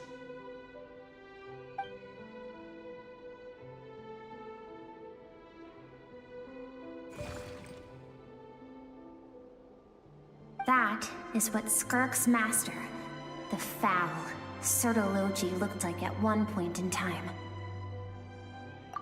Of course, as a higher being, physical form is a triviality to him. He could appear as a beast, a human, or even a monster that defies description. The form you see him in here, clad in abyssal armor, is the one he usually wears when traveling through the stars.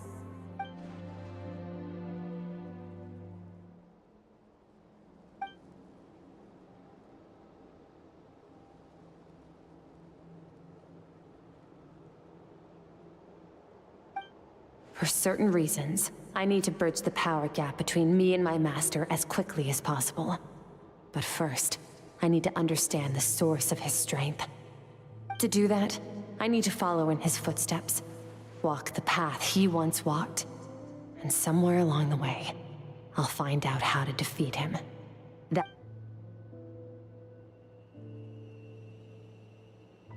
I'll let you in on a little secret.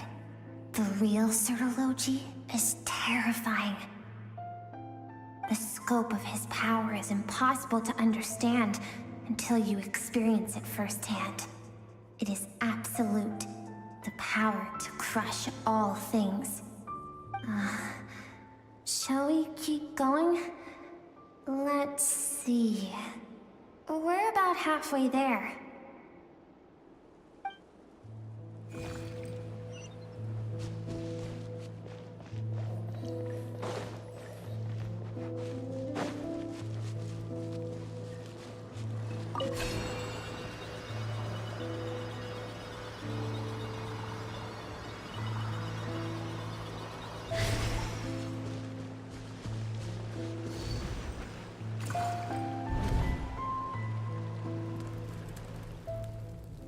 We've made it quite a ways already. This is Skirk, when she first began training under Sertologi.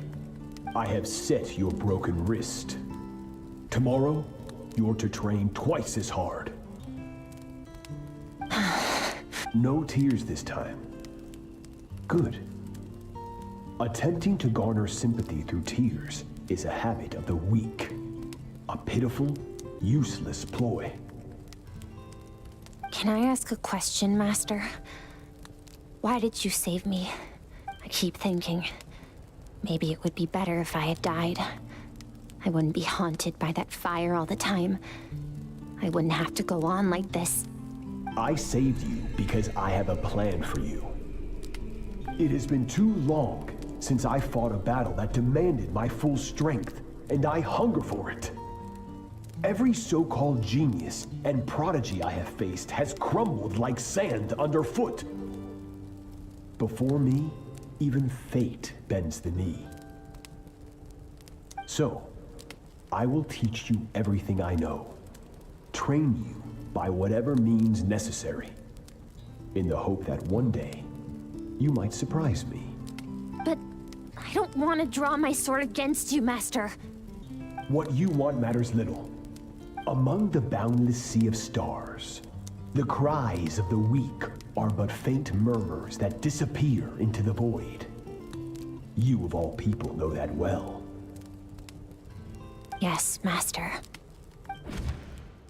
From that day forward, all she knew was grueling training, emptiness, and fatigue.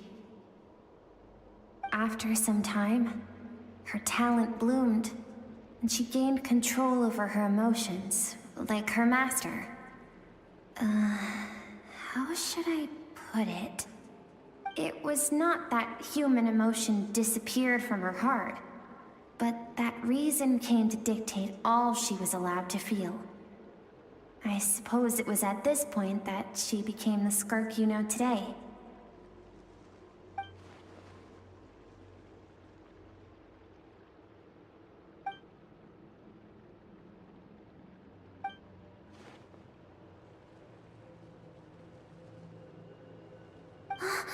We're nearly there.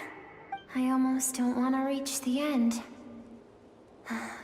Well, shall we? This is the final stretch.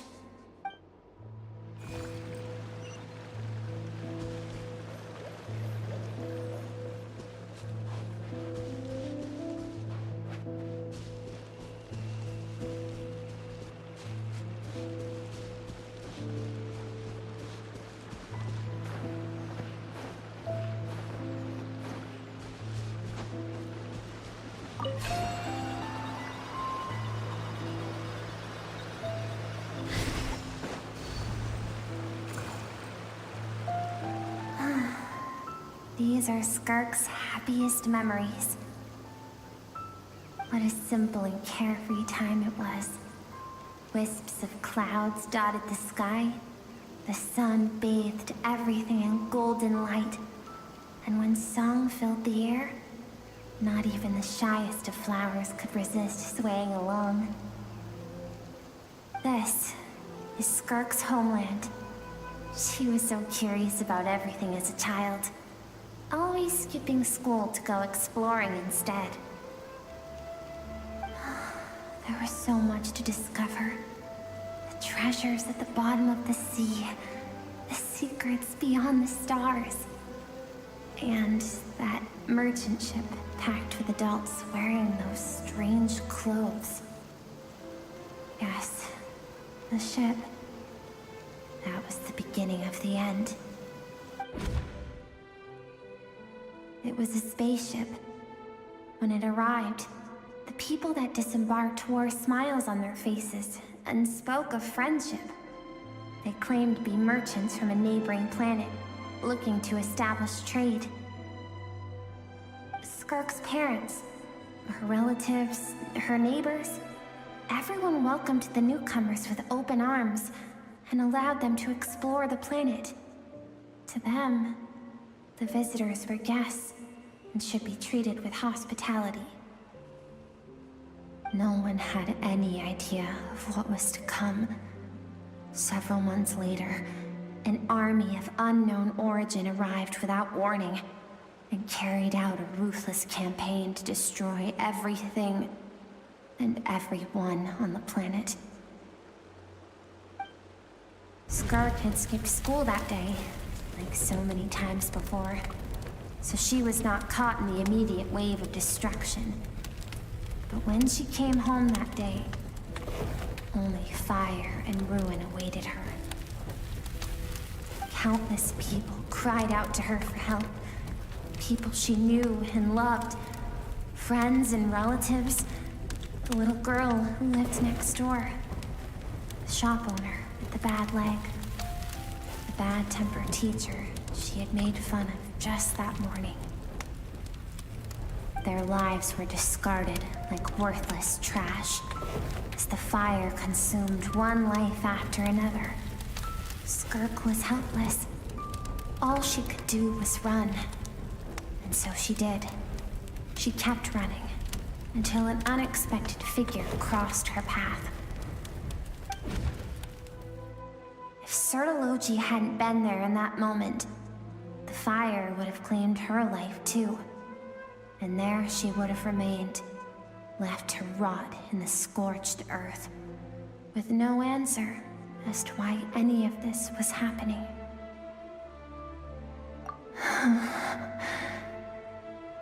Because she and her people were seen as a threat. As the initial merchant ship explored the planet, they discovered that it hadn't always had the condition to support life. Yet there was evidence of human activity, even during the periods of extreme heat or cold in the past. Further research revealed that, over time, the people of this planet had evolved the ability to adapt to any type of environment or energy source. For that reason, the outsiders viewed them as a potential threat, and decided to eliminate them before the threat could rear its head. And so, the army was called, and the so-called danger was wiped from the face of the planet. Senseless, isn't it? Deemed a threat because of a gift they didn't even know they had. Perhaps it was their own innocence and kindness that doomed them. But in the end, that was lost to the blaze as well. If those with power get to decide good and evil, then all you can trust in is the sword in your hand. And so, before death could claim her, she ran. She ran and never stopped. No one wants to relive their most painful moments. Well, that brings us to the end of the story. This is as far as we can go. Skirk is waiting over there.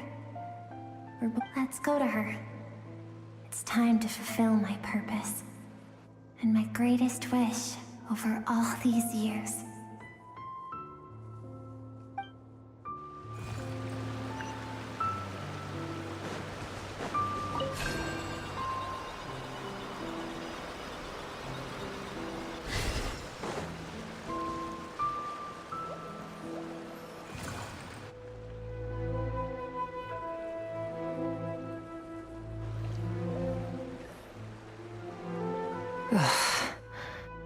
So all this, just so you could bring him here. I have things to say to you. Well, to me. I want someone to witness our reconciliation, even if it takes an argument to get there. And he is the best choice in this moment.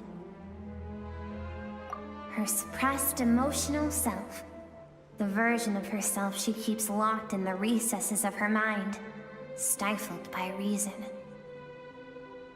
All those rejected impulses, those discarded aspects of your past selves, they are a part of me now. I am who you used to be. Someone you have refused to face for too long. So, I came to face you instead. You're wrong. I've faced you all along. And that's exactly why I keep you locked here. Your existence makes me weak. Moments of joy and longing are when we are most vulnerable. Don't forget, it was a penchant for goodness over reason that doomed our homeland in the first place. The vastness of the universe renders everything insignificant. Our feelings most of all. Even so, learning from the mistakes of the past doesn't have to mean erasing everything. Strip yourself of your so-called weaknesses, emotions like kindness and empathy, and what makes you any different from the ruthless soldiers who slaughtered our people? The difference is that I'm doing what is right, what is necessary. I allow you to exist, but with limited freedom. That is the greatest kindness I can offer. I have shouldered everything you couldn't carry. I rose above the numbness and emptiness, and it was cold, unfeeling reason that brought me this far. It made me who I am. It made me strong. That is the problem. I want to shoulder those things together. On the grand scale of the entire universe, maybe our feelings are vanishingly small, but why should that mean they don't matter? Emotion gives warmth to the cold expanse of space. It gives meaning to the world around us. Think back to those nights of gazing at the stars, those afternoons of exploring the unknown. Think back and let them grant you peace. A brief respite from the pressure you put on yourself.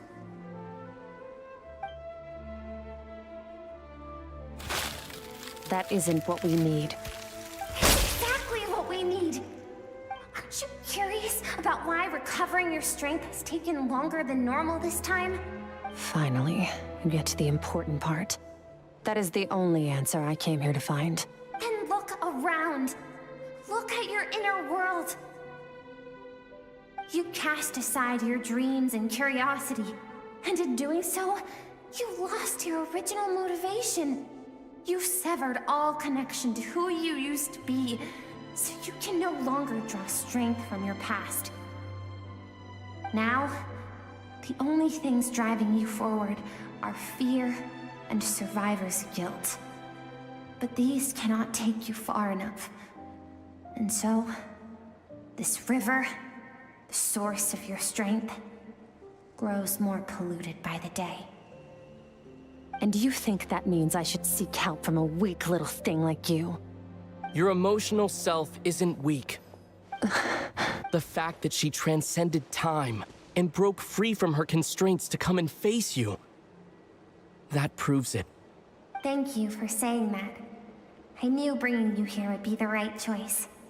To be honest, I'm not here to argue with you. This isn't about who's right or wrong. And in fact, I agree that in order to make it through the wake of that tragedy, we had to distance ourselves from the pain through reason over emotion. But what is right at one point in time isn't always right forever. I know you will never forget that fire. I know the fact that you were the sole survivor fills you with guilt. And I know that among the voices that haunt you, mine is there too.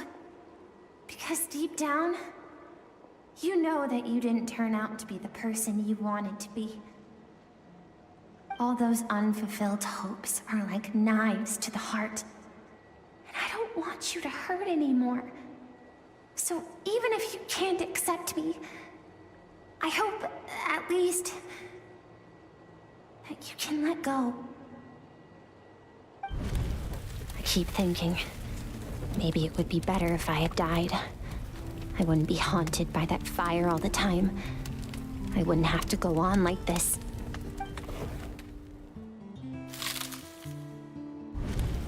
Your dad and I, we're not afraid to stare death in the face, but we need you to survive.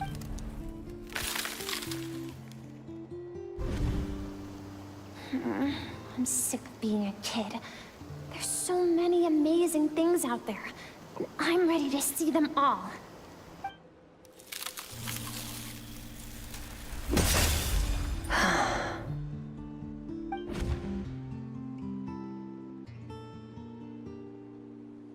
I remember. There was a song Mom and Dad always sang when we went out to fetch water. Dancing water. The sand along your path is begging for your song and movement. Will you carry this burden with you on your journey? I am not the dancing water, and you are not the burdensome sand. But if this is your wish, then I will carry you with me until the end. Thank you. I should be thanking you.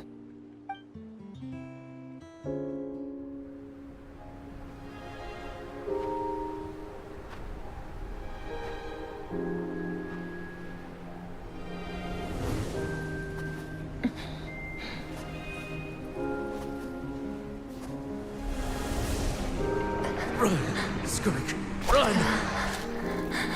Remember, leave no one alive! Heed my words, Skirk. Let fear take root in your soul. Did you survive? Why was it only you?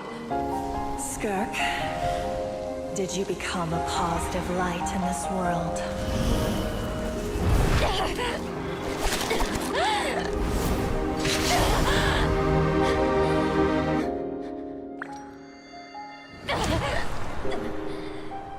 Hey, this doesn't have to be the end.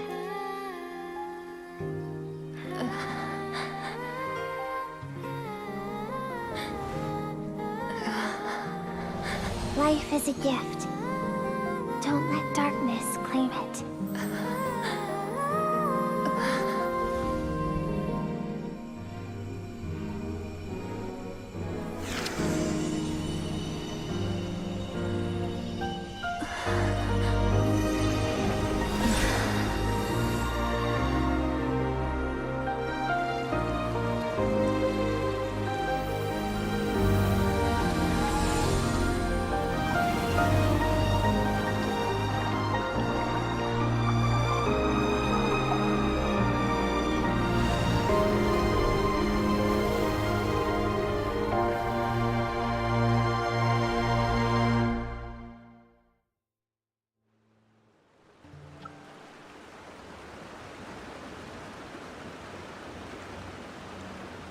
So, you saw my memories then.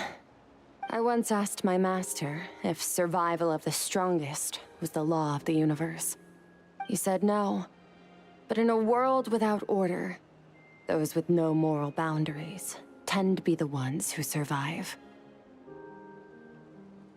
That's why, after hearing his answer, an idea came to mind. An idea that, one day, I would create a new world order.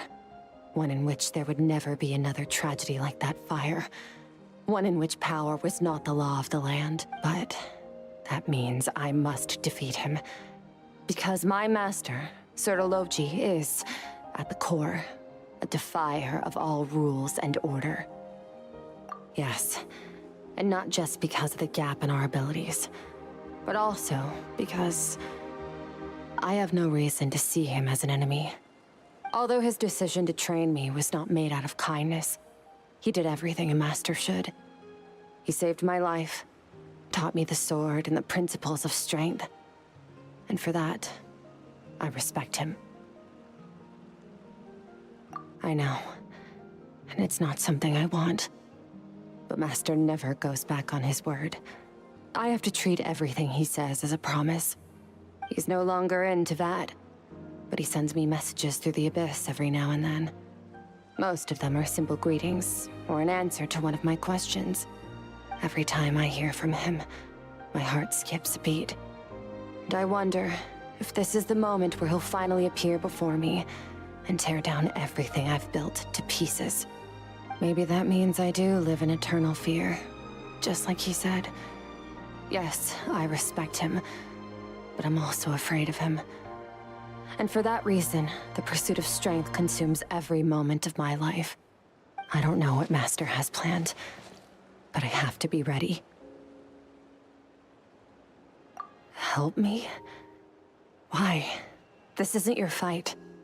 Because if we want to build the world we both want to see, everyone has to be willing to fight for it. If we all do our part, we can make the entire universe a kinder place.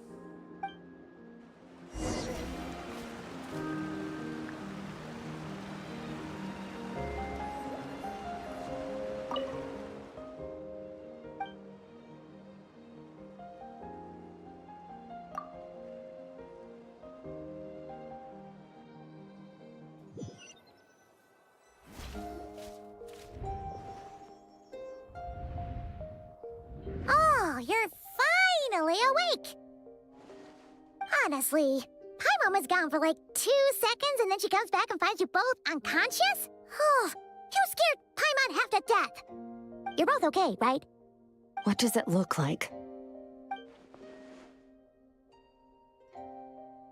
Only water from the source can cleanse the rot and filth that flows from the past into the future.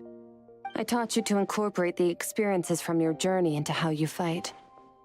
I suppose what happened today will become an inseparable part of who I am. Okay, so Paimon feels like she's missing some important context. But whatever. Paimon brought back tons of delicious snacks. Let's dig in. All right, it's about time we finished what we started. We're gonna deal with this thief for good, right? This time, I'm not going to tell you to hold back. But having digested even more power in the meantime, he's going to be tougher than before. The good news is, we have no reason to pull our punches this time. So, let's go. Same place as last time.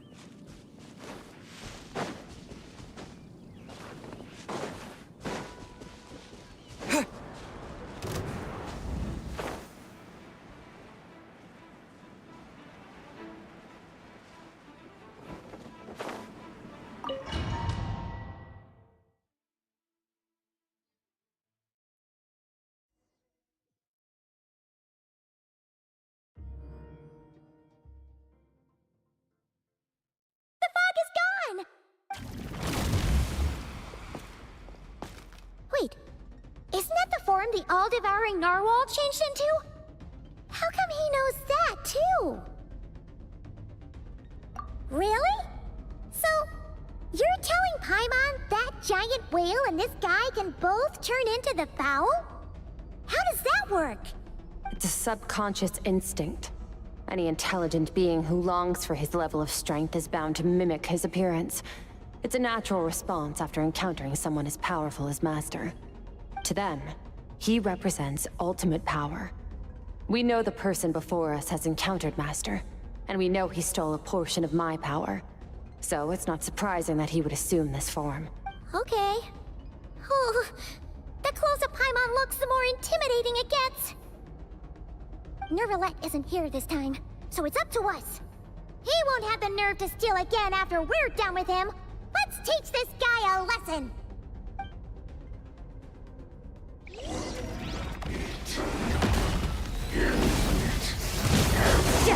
Mind wield.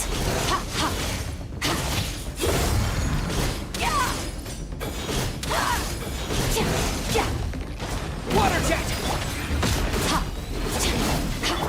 Yeah!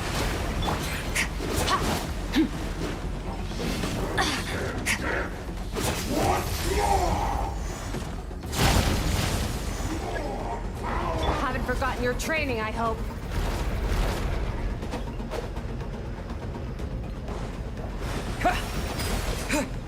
Yeah! Yeah!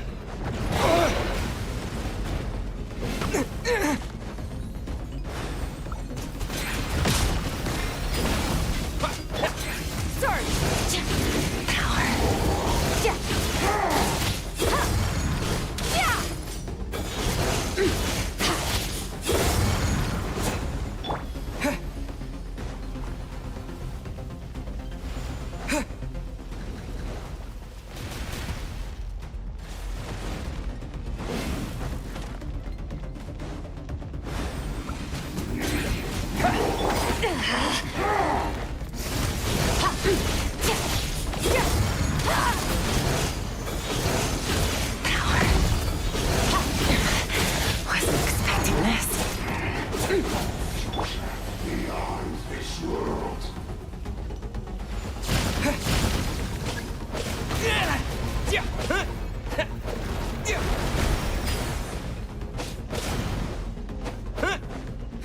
Water jet!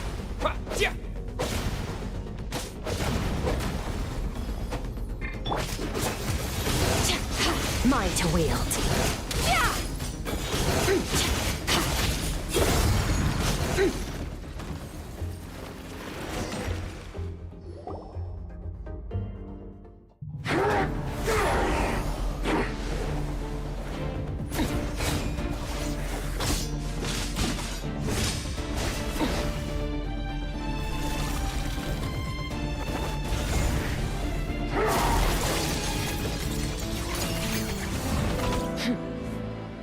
Haven't had enough of my power.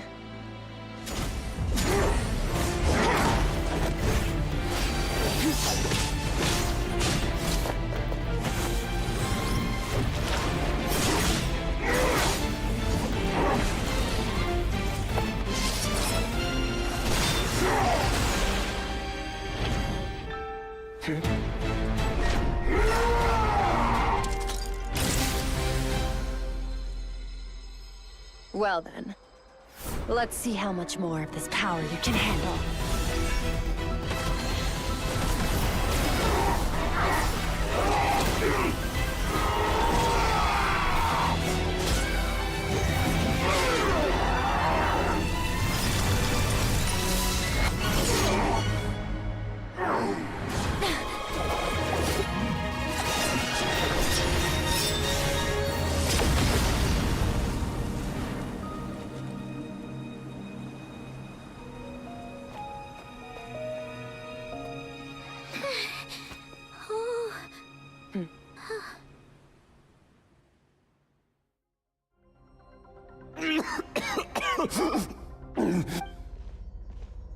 Well, have you come to your senses?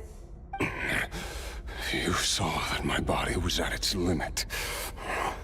So, you deliberately channeled your power into me, knowing that it would destroy my shell from within. Such power, such keen battle instincts. So you must be... Skirk, Sertologi's disciple. How long has it been? How long has he been away from Tevat?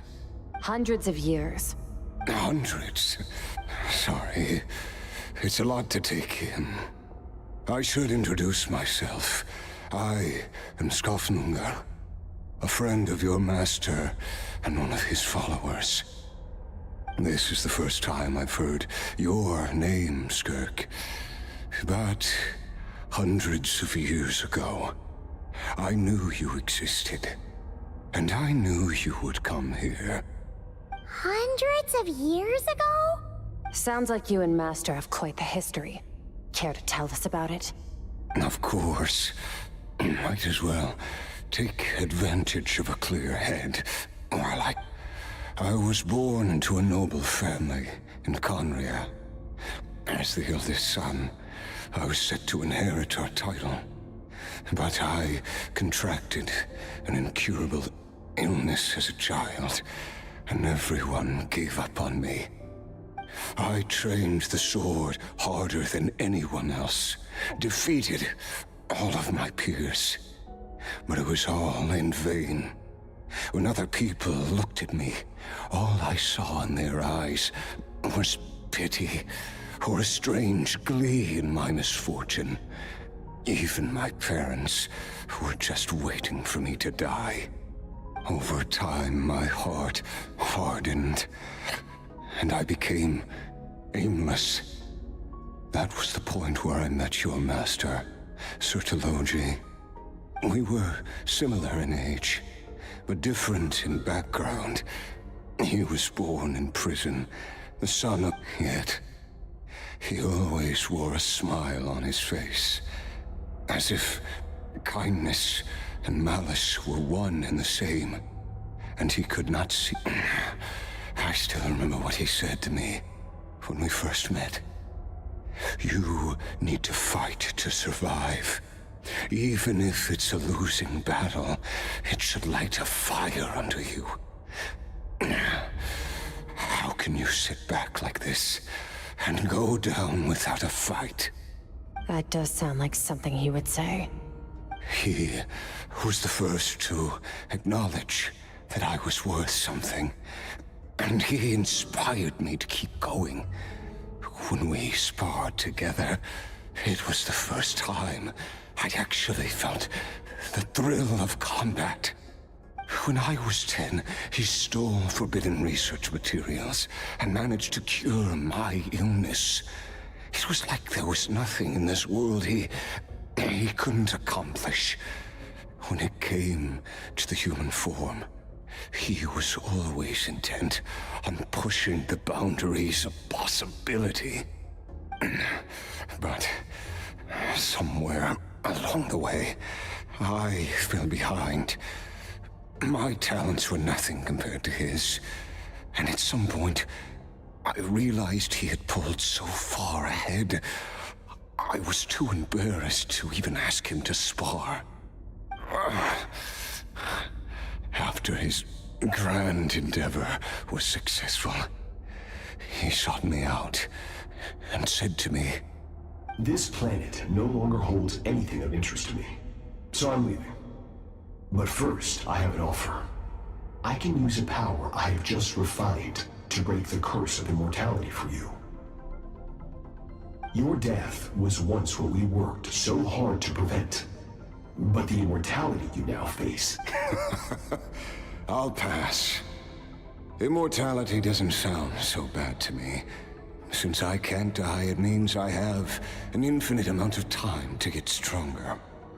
Maybe I'll finally catch up to you one day, and we can spar like we used to. Are you sure? I cannot say when I will return. Your body, or rather, your soul, might not be able to withstand this curse. All I can do is try. After all, a wise man once told me, people need to fight for their own survival. Wise indeed. Nevertheless, if you grow weary of the pain of immortality and wish to experience a good sparring match before you wither away, seek out my disciple. Disciple? Never thought I'd hear that word. Nor I. But Vedifenir said I was destined to find a disciple out there in the universe and bring her to Tibet. You know as well as I, Vedifenir's prophecies are never wrong. Well, now I'm curious about who this disciple of yours will be. All Vedifenir said was that one day, the stars shall bow in her honor. Sounds pretty impressive. Of course.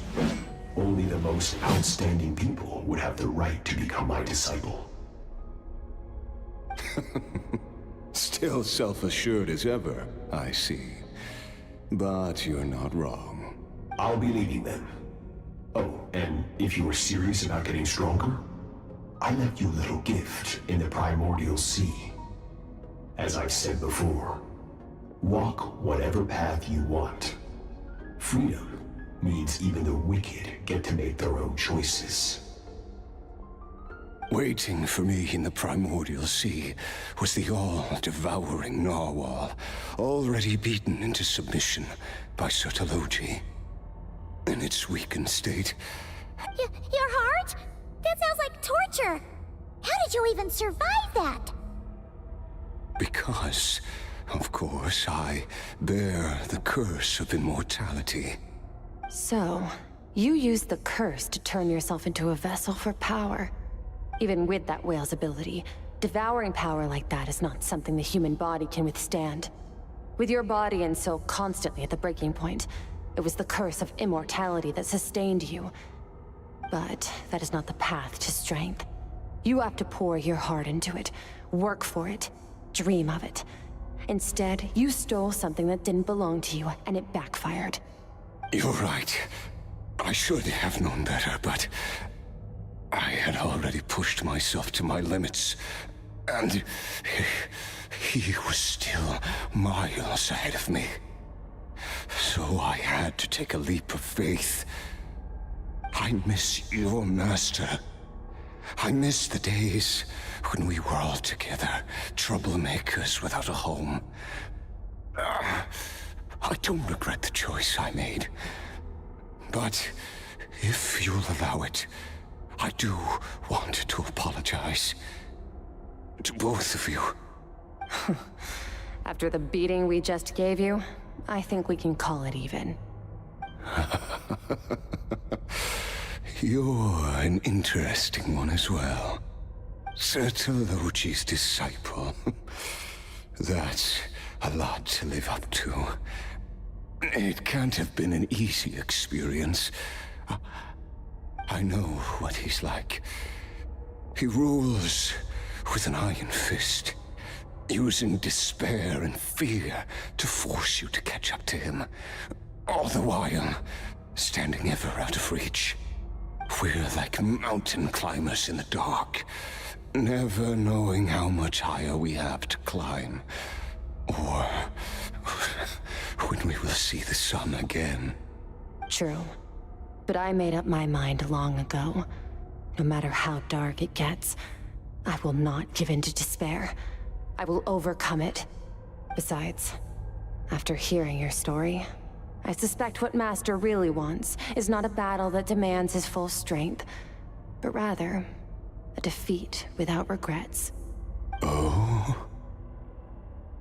Since you're his friend, you must have some things in common. The first time we came here, when you stabbed me through the fog and stole my power, I felt no emotion coming from that spike. But when you had to devote all your strength fighting me just now, I could feel joy and passion emanating from your blade. It was the joy of a researcher discovering the truth of the world, the joy of an artist uncovering a temple of wonders. Interesting. I'm certain I didn't express those emotions outright. Yet you were able to read them from my blade, like a glimpse into my inner world. You're right. That battle brought me an unbridled sense of joy, and my defeat brings me no regret whatsoever. Exactly. I think Master also craves a battle like that. One where his opponent forces him to use all his strength, unlock the extent of his potential, and transcend his own limits. A battle to end all battles. After which, all can come to an end, including, perhaps, his life. For that very reason, good and evil are meaningless to him. He has one purpose, one goal: to complete himself. It's one of the secrets to his strength. Perhaps you're right. Perhaps that is his goal. What a battle that would be. Oh, to witness such a... Are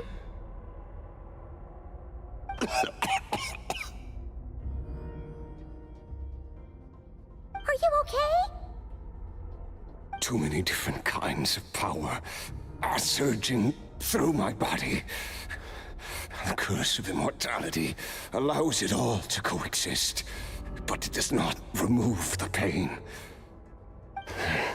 I won't be able to hold on to my sanity for much longer. What a shame. I would have loved to witness that battle. Sertologi once offered to free me from this curse. Now, I must ask that of you, Skirk. Can you release me from the pain? I can, but not through death, if that's what you are hoping for. It's not a suitable punishment for your crime. As an alternative, I can take your consciousness, along with all the power you've consumed, and smash it to pieces. The impurities will dissipate, and under the curse of immortality, your mind and body will regenerate. When that process is complete, you will be back to who you were before, no longer tortured by powers you can't control. But it will be a time-consuming and painful process. The decision is yours to make. I accept. And who knows? Perhaps I'll wake up in time to witness your great battle with Surtologi. I have faith that you'll be able to stand against him one day. Though I know it'll be a long and arduous road. If we are climbers in the dark, it appears the dawn has finally broken for me. But your ascent continues. At least, it looks like you are not alone on your journey. I will reach the top of this mountain, no matter what it takes. And you, Skofnungur, will be my witness at the end of all things. It's finally over. Let's get out of here. Huh. At least we don't have to make a mad dash for the exit like last time.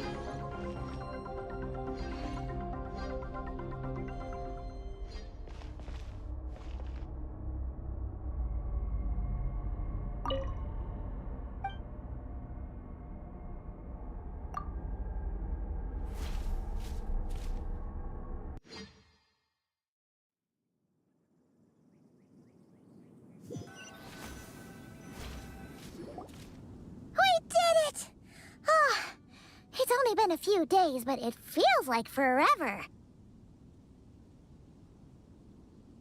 Once again, we've proved there's nothing we can't overcome. We're just that awesome.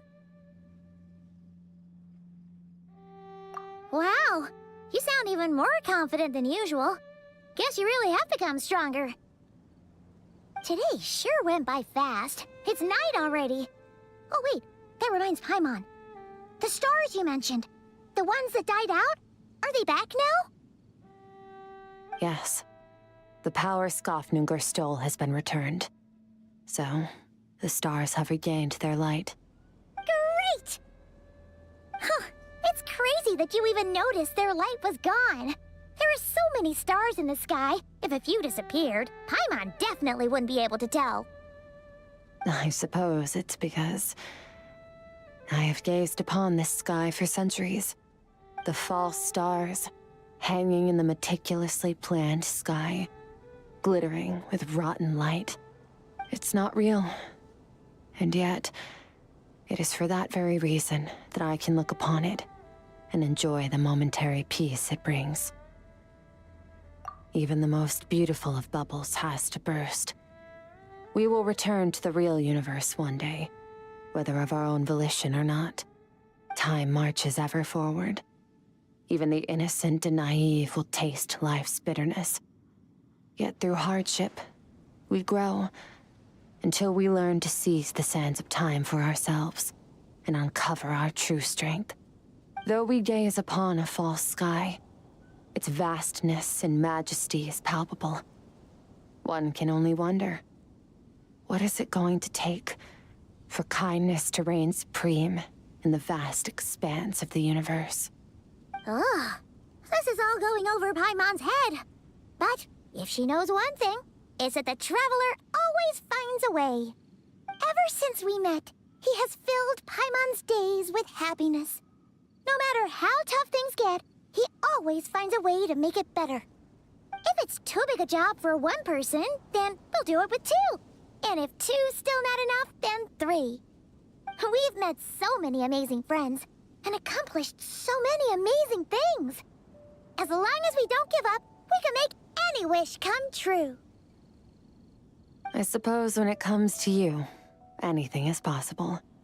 Well, I should be going. Now that my power is no longer isolated from my emotions, I need more practice to get used to it. I suppose fate will decide. Maybe we'll bump into each other on the street. Or maybe we'll reunite on a different planet entirely. Regardless, reunions and partings are but passing moments. More than anything, I hope that at the end of this journey, wherever it takes us, we stand in a world reborn. One without war, pain, or forced partings. One where new life can bloom, even where there was once nothing but scorched earth. For this, we must all work to become stronger. Goodbye, traveler. Remember your training. Make sure to put it to use. Bye!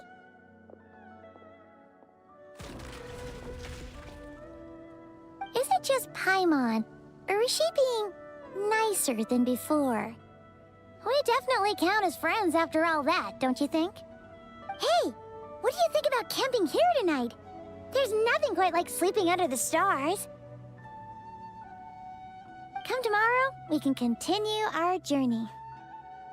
Oh, and since Paimon treated you to that super nice meal at Wanmin Restaurant, it's about time you return the favor.